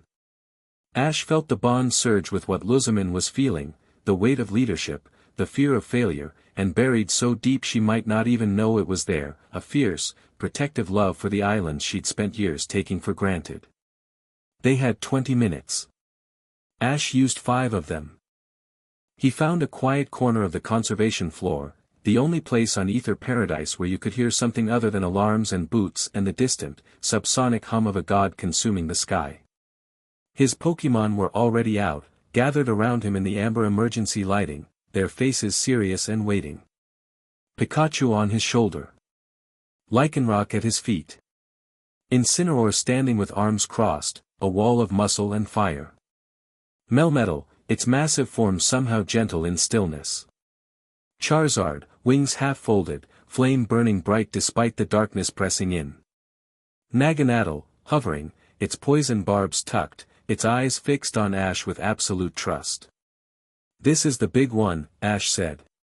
He didn't sugarcoat it, they deserved better than that. Bigger than anything we've faced. And I can't promise we all walk away from it. Silence. Not the silence of fear, the silence of partners who'd already made their decision and were waiting for him to finish talking so they could get to work. "Charizard, you're carrying me and Lusamine to Necrozma's core. I need you faster and stronger than you've ever been." Charizard rumbled. An affirmative that vibrated in Ash's chest. "Naganadel, you're our escort. Anything that comes at us on the approach, you handle it." The dragon poison type chittered and flexed its stinger. "Lycanroc, Incineroar, Melmetal, you're in the inner ring with Gladion. Hold the line. Keep pressure on the armor. Don't let up, don't hold back." 3 nods. 3 warriors ready. Pikachu. He looked at his partner, his first partner, his best friend, the constant in a life defined by change. "You're with me. All the way. Pika. Always." Ash knelt and put his forehead against Pikachu's. The bond between them, older and deeper than the Ultra Energy, older than any ritual, built one day at a time across a decade of shared joy and pain and triumph, hummed with warmth. "Whatever happens up there," Ash whispered, "I wouldn't trade any of it. Not one step." Pikachu's small paw pressed against his cheek. "Me neither." He stood. He breathed. He walked out to face a god. The launch happened at the darkest hour, which was all of them, now, because Necrozma had consumed everything. Alola existed in a twilight that had nothing to do with the sun's position and everything to do with the absence of light itself. The air was cold. Colors had faded to gray. Pokémon across the islands huddled together, their natural luminescence dimmed, their instincts screaming warnings about something older and more primal than any predator. Necrozma hung above Ether Paradise like a hole in reality. It had grown since the fracture opened, not physically, but energetically. Its drain field now extended across the entire archipelago, a sphere of consumption that was slowly, methodically emptying the world of light. The cracks in its crystal armor glowed with stolen radiance, the only bright thing in the sky, beautiful and terrible. The outer ring launched first. 300 trainers, positioned on every island, on boats, on the backs of flying Pokémon, unleashed simultaneous attacks on Necrozma from every direction. The sky lit up, briefly, brilliantly, with hundreds of moves converging on the broken god. Fire and ice and electricity and stone and dragon energy and fairy light, a kaleidoscope of power that represented every type, every region, every tradition of battling that existed. Necrozma absorbed it all. Every attack struck the drain field and dissolved, its energy consumed and converted, feeding the starving god like raindrops into an ocean. The outer ring trainers felt their Pokémon weaken as the drain intensified, pulling at their reserves. But that was the point. 300 sources of energy, all demanding Necrozma's attention simultaneously, the drain field spread thin, diluted across hundreds of vectors, its concentration at any single point dropping by fractions. Not enough to break through. Enough to create weaknesses. The inner ring hit those weaknesses. Gladion led the charge. Silvally shifted to fairy type and struck Necrozma's crystal armor with multi-attack, the move amplified by a ferocity that went beyond training. Behind him, Incineroar and Lycanroc flanked wide, targeting separate armor plates with physical moves that the drain field couldn't absorb. Melmetal advanced like a siege engine, double iron bash cracking crystal with each impact, its liquid metal body reshaping to fill gaps in the offensive line. The trial captains attacked in coordinated waves. Kiawe's Marowak struck with bone rush combos that shattered crystal fragments. Acerola's Mimikyu and Palos Sand operated in the deep shadow beneath Necrozma's body, where the drain field was weakest, landing ghost-type physical attacks on the underside of the armor. Mina's Rabambi darted through gaps in the crystal, delivering pollen puff healing to weakened allied Pokémon. The Kahunas hit hardest. Hala's Hariyama delivered close combat strikes that sent shockwaves through Necrozma's entire structure. Olivia's Lycanroc matched Gladion's Silvally blow for blow. Hapu's Mudstale anchored the ground assault, its tectonic rage Z-move cracking the earth beneath them and sending pillars of stone into Necrozma's lower body. And Fico's Ultra Recon squad fought in the darkness like they'd been born for it, because they had. Their Ultra Beast struck with alien precision, targeting structural points in Necrozma's armor that their scientists had identified from millennia of study. Buzzwole's physical power matched Melmetal's. Xurkitry's electrical discharges, while partially absorbed, created interference patterns in the drain field that opened momentary gaps. Necrozma screamed. The sound wasn't audible, it was dimensional. A psychic shriek that rippled through reality itself, warping space, cracking the surface of the ocean below, sending trainers and Pokémon staggering. The broken god's hunger surged in response to the pain, the drain field intensified, pulling harder, and across the outer ring, Pokémon began to collapse. Their energy drained too fast, their moves dying before completion, their bodies hitting the ground with the heavy, boneless falls of unconsciousness. We're losing the outer ring. Kukui's voice came over the comm from the command center. 20% of trainers are down. The drain is accelerating. Hold. Lusamine commanded.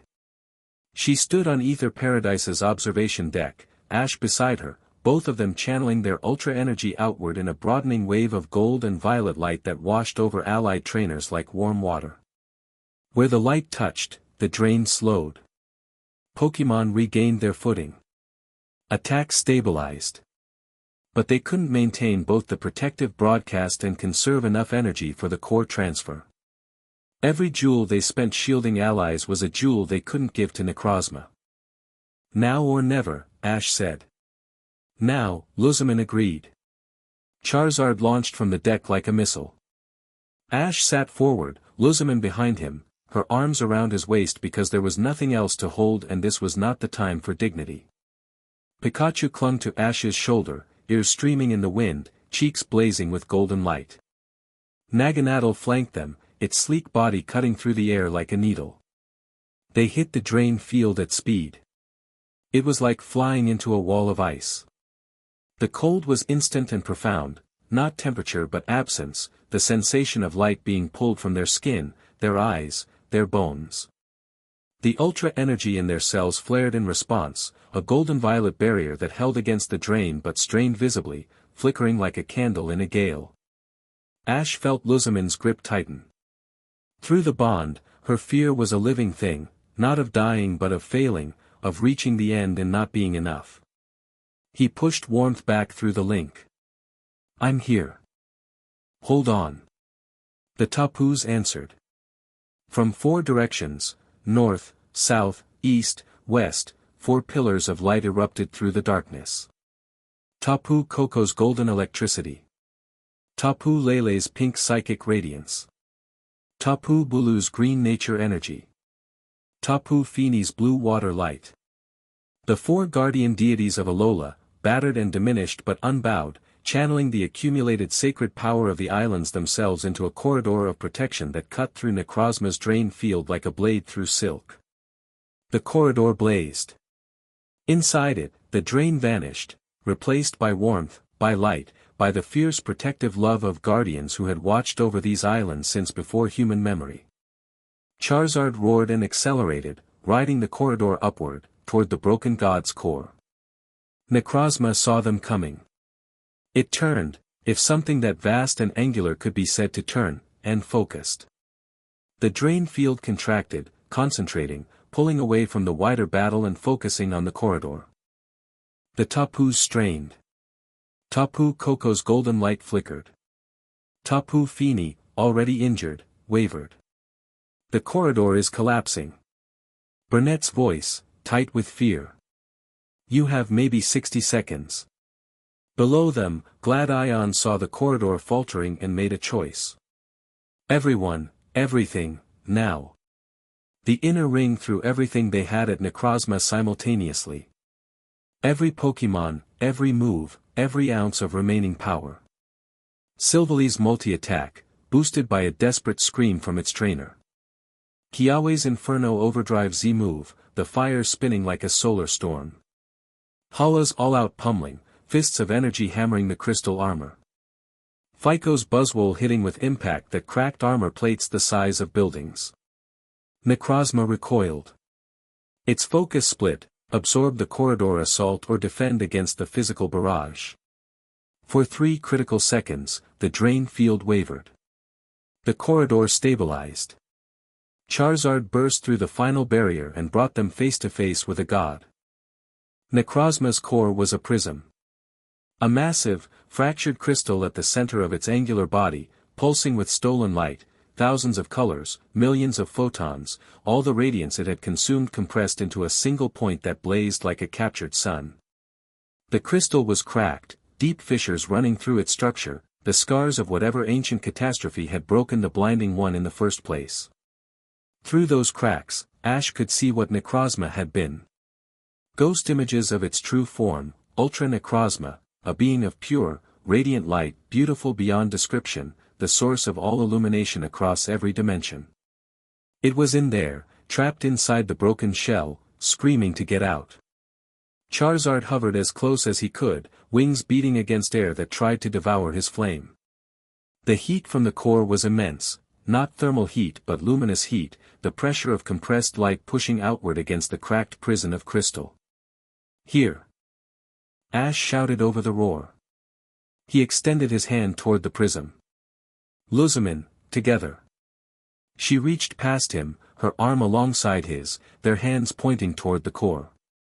The bond between them blazed wider than it had ever been, every wall down, every barrier dissolved, 2 people entirely open to each other in a way that would have been terrifying under any other circumstances and was now the only thing keeping them alive.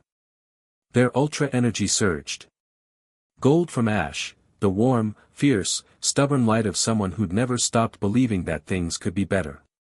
It flowed through the bond, picking up speed, picking up power, carrying everything he was, every battle, every friendship, every moment of choosing hope over despair.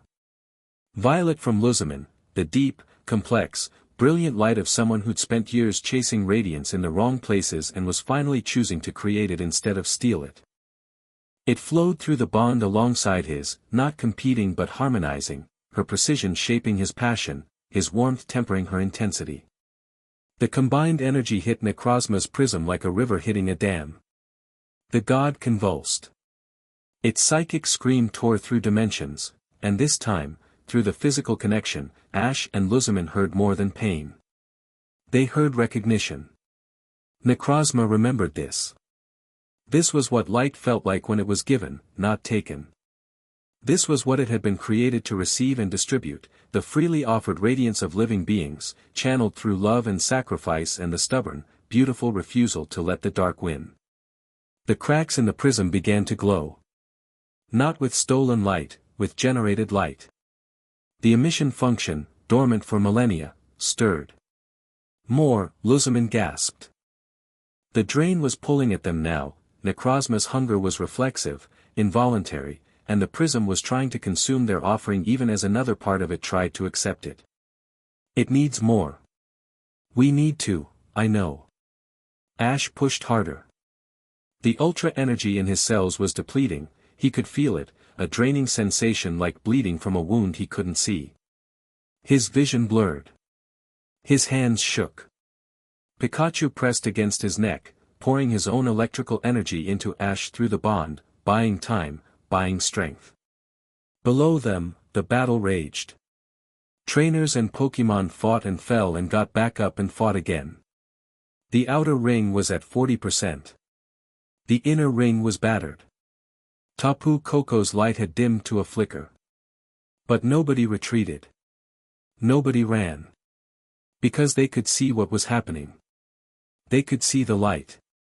From across the islands, from boats on the ocean, from clifftops and beaches and rooftops, people watched as Necrozma's prism began to shine. Not the cold, stolen radiance it had been hoarding, something new, something warm, something that felt like sunrise after the longest night in history. It's working. Burnett screamed over the comm, the emission function is reactivating. Energy output is climbing, it's converting. It's converting. The light spread through the cracks in Necrozma's armor. Gold and white and prismatic, real light, generated light, light that existed to be shared rather than consumed. The angular, broken body began to shift, crystal plates realigning, fissures sealing, the architecture of a god reassembling itself around a core that remembered what it was for. But the drain hadn't stopped. Necrozma was doing both, generating and consuming simultaneously, the old hunger fighting the new function, and the energy required to tip the balance was more than Ash and Lusamine had. Ash felt it, the moment they ran out.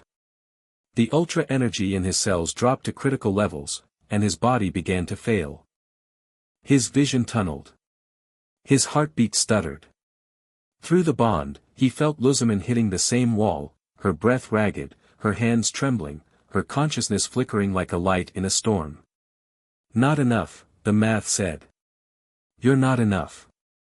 The bond between them flickered. The energy flow stuttered. Necrozma's hunger surged, and the light began to dim. No, Ash thought. Not with his mind, with everything he was. We didn't come this far to fail. He reached deeper. Past the ultra energy, past the amplification, past everything the ritual and the wormhole and the ancient altar had given him. He reached into the bond, not the ultra bond, but the real one. The one that had nothing to do with ceremonies or energy or science. The one that was just two people who'd chosen each other in the dark. And Lusamine reached back. The bond didn't amplify. It didn't channel or synchronize or harmonize. It just held. Two people, exhausted and depleted and dying, holding on to each other with everything they had left, not ultra energy but something older and more fundamental. The thing that made trainers share their last potion with a wounded Pokemon. The thing that made people stand in front of danger for someone they loved. The thing that Necrozma, in its original form, had been created to illuminate. Human light. The radiance of connection. Of caring. Of choosing not to be alone. It wasn't ultra energy. It wasn't measurable or quantifiable or scientifically explainable. But it was enough. The bond blazed. Not gold and violet, white. Pure, undiluted, blinding white light that poured from Ash and Lusamine and into Necrozma's prism with a force that transcended physics. The prism sang, a note that resonated through every dimension simultaneously, a sound that was the opposite of the psychic scream, a sound that meant I remember, I remember, I remember what I am. Necrozma's armor shattered. Not destructively, transformatively. The broken crystal plates fell away like a cocoon, and from within, something emerged that made every person on every island in Alola stop and stare and weep. Ultra Necrozma.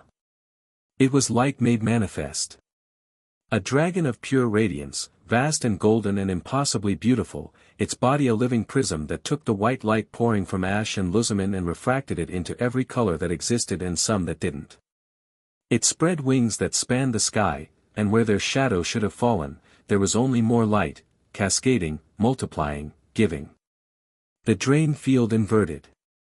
Every photon that Necrozma had consumed, every stolen star, every dimmed streetlight, every extinguished bioluminescence, was released in a single, cataclysmic wave of restoration.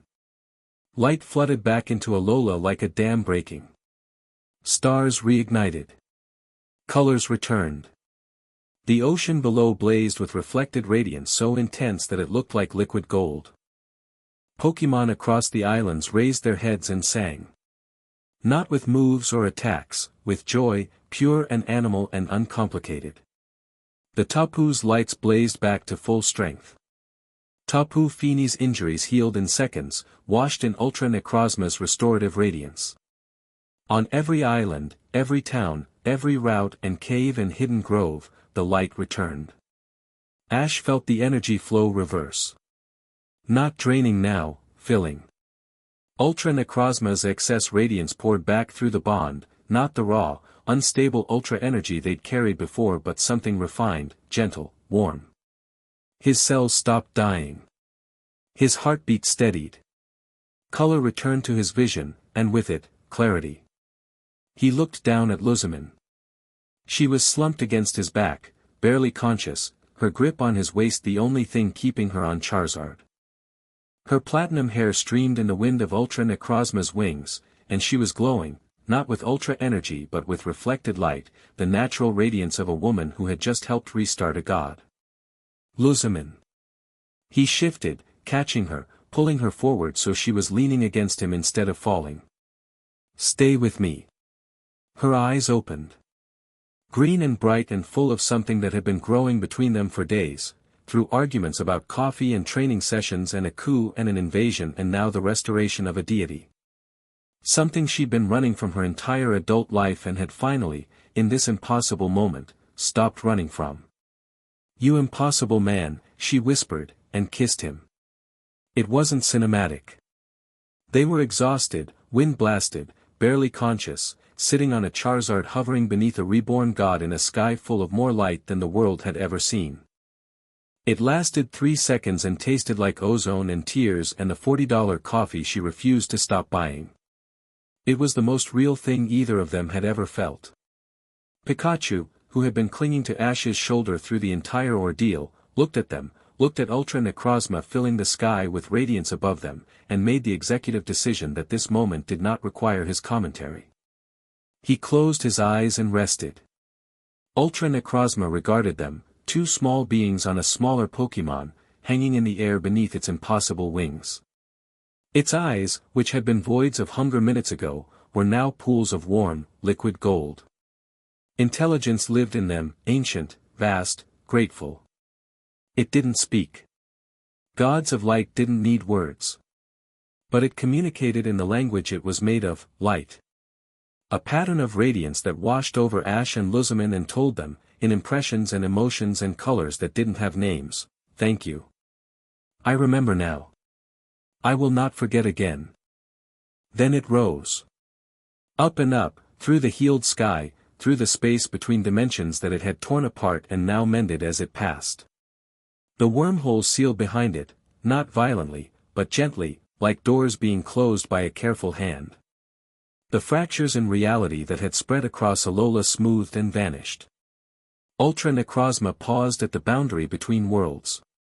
It looked back, down at the islands, the ocean, the tiny glowing figures on their Charizard, and released one final pulse of light. A gift. A promise. The light settled over Alola like a benediction. And then Ultra Necrozma passed through the boundary into Ultra Space, carrying its restored radiance toward Ultra Megalopolis, toward a civilization that had lived in darkness for millennia and was about to see dawn for the first time. On the observation deck of Ether Paradise, Captain Fico watched it go. His cracked visor reflected the retreating light, and behind it, the career military officer, the desperate leader, the man who'd been willing to kill 2 people to save his world, that man stood very still, and tears ran down his face. Light, he said to no one. Real light.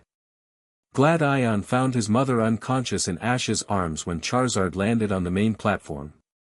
He started running before the fire-type's claws touched the surface, silverly bounding ahead of him, and he reached them in time to help Ash lower Lusamine to the ground. She was breathing. Her pulse was strong. But she was utterly depleted, the ultra energy gone, or nearly so, her body pushed to limits that medical science hadn't mapped yet. Ash wasn't much better, he stayed conscious through what Pikachu would later describe to other Pokémon as pure spite, and what Ash himself would call not wanting to miss what happened next. Lily was there moments later, snowy in her arms, dropping to her knees beside her mother. She took Lusamine's hand, the same hand Ash had taken at the altar, the same hand that had reached for Necrozma's core, and held it. "Mother," she said. Just that. Everything else, the years of pain, the abandonment, the fear, the slow, difficult work of forgiveness, it was all in that one word. Lusamine's eyes fluttered open. She saw Lily's face above her. Then Gladion's, hovering behind his sister, his expression caught between terror and relief. Then Ash, still holding her other hand, glowing faintly with residual light, looking like he'd been through a war and won. "My children," she whispered, and the word "my" held more love than all the words she'd spoken in the past decade. Gladion's composure broke. Not dramatically, just a crack, a fissure in the wall he'd built to survive his mother's absence. He knelt beside Lily and put his hand on Lusamine's shoulder, and the three of them stayed like that, mother and son and daughter, together for the first time in years without barriers or agendas or ultra beasts between them. Ash let go of Lusamine's hand and stepped back. This wasn't his moment. Pikachu, understanding, hopped from his shoulder and led him gently toward the edge of the platform, where Kukui was waiting with the worst cup of coffee Ash had ever tasted and the best hug he'd ever received. "You did it," Kukui said, his voice rough. "We did it. You specifically did the crazy part." "I usually do." Kukui laughed, and it was wet and broken and full of relief. "Your mother is going to kill me for letting this happen." "My mother is going to kill me." "At least you can say you tried to stop it." "I absolutely did not try to stop it, and we both know it." The professor held him at arm's length, studying his face with the eyes of someone who'd watched a child grow up and couldn't quite believe the man standing in front of him. "I'm proud of you, Ash. More than I know how to say." Ash swallowed the lump in his throat. "Thanks, Professor."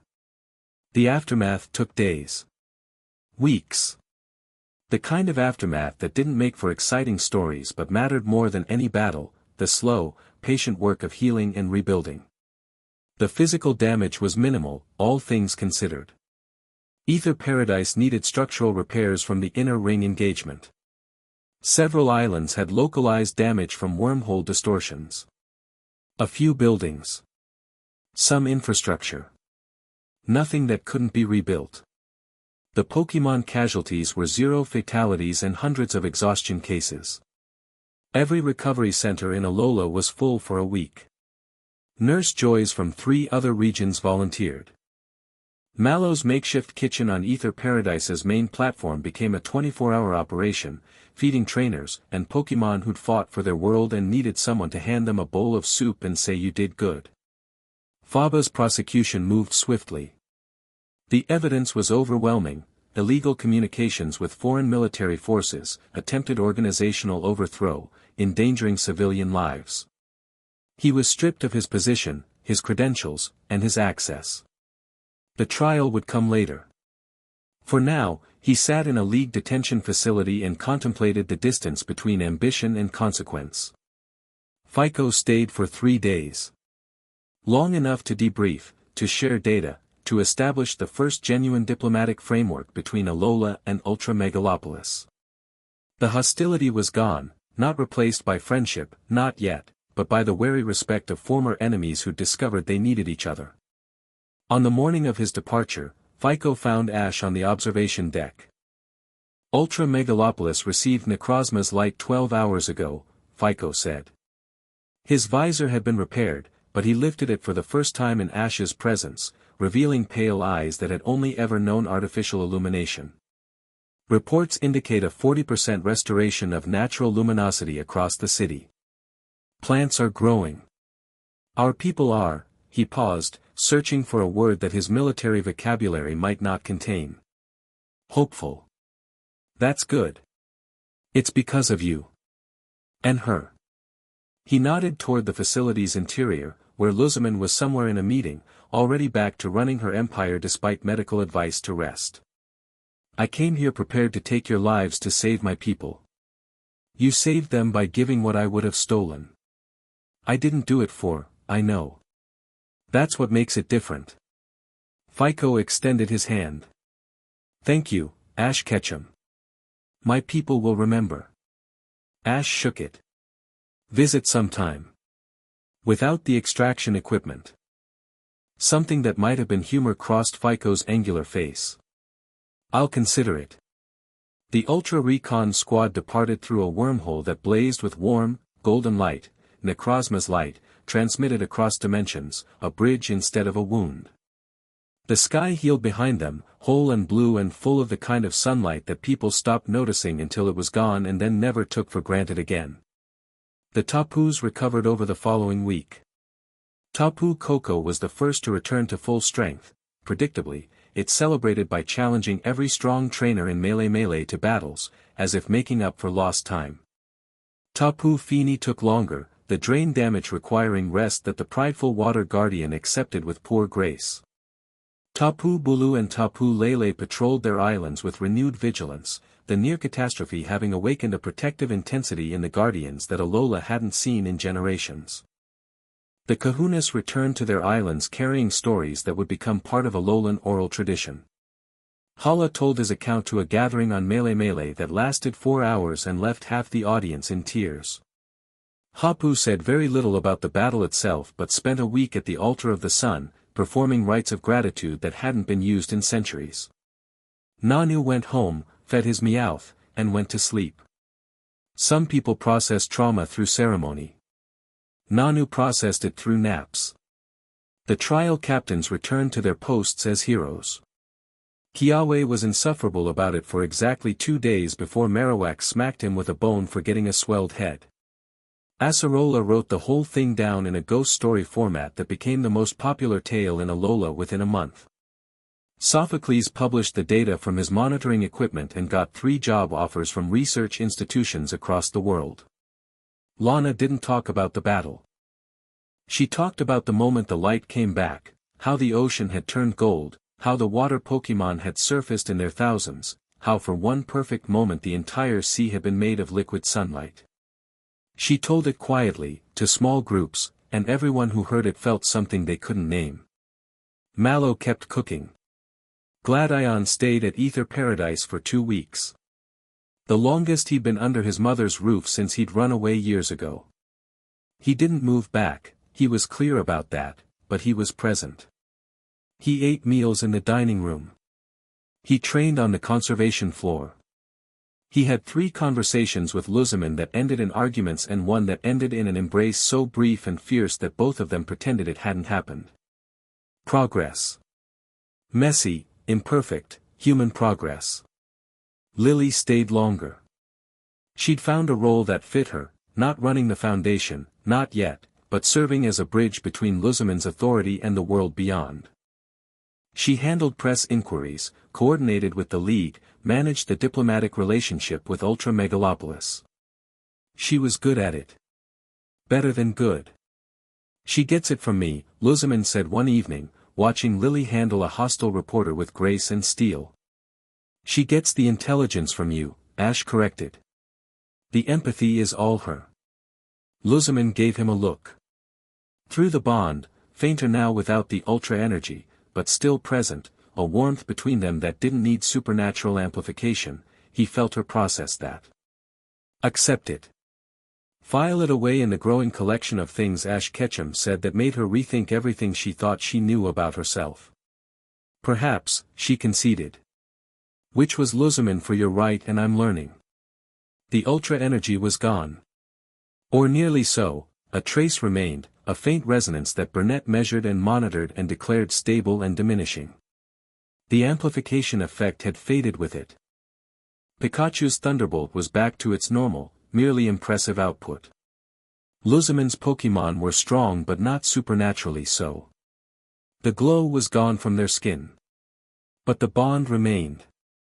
Not the empathic link, that had faded to a whisper, a vague awareness of each other's emotional state that was more intuition than sensation. What remained was the connection itself. The real one. The one built through terrible coffee and impossible battles and a sunrise at the altar of the sun and a kiss in the sky beneath a reborn god. It manifested in small ways. Lusamine began leaving cream next to the coffee pot without being asked. Ash started reading the Foundation reports she left on the shared table, and his questions, informed, thoughtful, occasionally brilliant, began to influence her decision-making in ways she'd never admit. Their Pokémon trained together daily, the teams integrating with an ease that reflected their trainers' growing comfort. Pikachu and Clefable were inseparable. Incineroar and Absol had developed a mutual respect that expressed itself through competitive sparring that shook the conservation floor. 3 weeks after Necrozma's restoration, Ash found Lusamine in her private office late at night, staring at a photograph on her desk. It showed a young woman with long blonde hair, holding 2 small children, a boy with green eyes and a girl with green eyes, and smiling with a warmth that the Lusamine Ash knew had never displayed. She didn't hide the photo when he entered. A month ago, she would have. I was happy, she said. Before the Ultra Beasts. Before the obsession. I was genuinely, uncomplicatedly happy. You can be again. Not like that. I've done too much damage. Gladion barely looks at me. Lily is kind because she's Lily, not because I've earned it. The Foundation remembers what I became. She touched the photo's edge. I can't go back to who I was. No, Ash agreed. He sat on the edge of her desk, and she didn't tell him to get off, which was its own kind of milestone. But you can go forward to someone better. You make it sound simple. It's not. But it's possible. I've watched you these past weeks, with Lily, with Gladion, with the staff. You're trying. That matters. Trying isn't the same as succeeding. It's the first step. And you don't stop at first steps. That's one of the things he caught himself. Recalibrated. That's one of the things about you. She looked at him with those sharp green eyes, and he knew she'd heard what he'd almost said. The bond, faint, warm, persistent, carried the echo of it between them. One of the things you what? She asked, and there was a softness in her voice that she reserved exclusively for moments when they were alone and she'd temporarily forgotten to be armored. One of the things I admire about you. Admire. For now. The words hung in the air. For now implied a future. Implied that the feelings currently filed under admiration might, given time, be reclassified under something with more weight. Lusamine held his gaze for a long moment. Then she reached out and straightened his collar, a gesture so domestic, so casually intimate, that it startled them both. Her fingers lingered on the fabric for a second longer than necessary. For now, she repeated, and the faintest ghost of a real smile, not the political smile, not the presidential smile, but the one from the photograph, crossed her face. Ash smiled back. For now. On a morning 4 weeks after the world almost ended, Ash Ketchum woke up in Ether Paradise, put on clothes that were slightly too nice because Lusamine had quietly replaced his entire wardrobe, and walked into the shared sitting room to find the worst coffee in the world waiting for him, with cream already added. Pikachu was on the table, eating a berry that Clefable had brought him. The 2 Pokémon sat together in the morning light with the easy companionship of creatures who'd figured out coexistence long before their trainers had. Lusamine was on the balcony, tablet in hand, watching the sunrise over an ocean that sparkled with the light of a world that had remembered how to shine. She wore white again, but different, somehow. Softer. Less armor, more choice. Ash picked up his coffee, took a sip, and grimaced. Still terrible. He drank it anyway. He walked out onto the balcony and stood beside her. The morning air was warm, Alolan warm, fragrant with salt and flowers and the indefinable scent of a place that was alive and grateful for it. Board meeting at 9, Lusamine said without looking up. Conservation budget review at 11. Lunch with Lily at 1. Training at 3. Gladion's coming for dinner. She glanced at him. He agreed to dinner. He agreed to showing up and eating food in the same room as you. I'm choosing to interpret that as dinner. That's optimistic. I'm an optimistic person. You married me, you should know this by now. I married you to prevent a dimensional catastrophe. And? She lowered the tablet. Looked at him. The morning light caught her eyes and turned them luminous. Through the bond, that faint, persistent, wonderful warmth, he felt everything she was feeling: exasperation, affection, gratitude, the slow and terrifying process of learning to love someone who refused to let her hide. "And I would make the same choice again," she said. Even without the catastrophe. It was, by Lusamine Ether's standards, a declaration of love approximately equivalent to skywriting. Ash received it as such. Even with the coffee. Especially with the coffee. He laughed. She almost laughed. It came out as a sound halfway between a scoff and a chuckle, which was as close as Lusamine got, and Ash treasured it. Pikachu appeared on the balcony railing between them, looked at the sunrise, looked at them, and settled down with the satisfied expression of a Pokémon who had been navigating his trainer's emotional life for a decade and was pleased to see the idiot finally getting it right. Lusamine's hand found Ash's on the railing. Not tentatively. Not desperately. Just naturally, like it belonged there. Like all the impossible things that had led them here, the wormhole and the rescue and the ritual and the battle and the god, had been an elaborate, cosmic mechanism designed for the sole purpose of putting these two hands in the same place at the same time. The sunrise painted Alola in gold. The ocean glittered. Somewhere far away, in a dimension that had known only darkness for millennia, a civilization was seeing real light for the first time, and the sound of their wonder carried across the space between worlds like music. And on a balcony on Ether Paradise, a trainer and a president, a husband and a wife, watched the morning arrive and chose, quietly and without fanfare, to face it together. Not because they had to. Because they wanted to. The end. Thank you for watching this video. Please be sure to subscribe to our channel and like this video.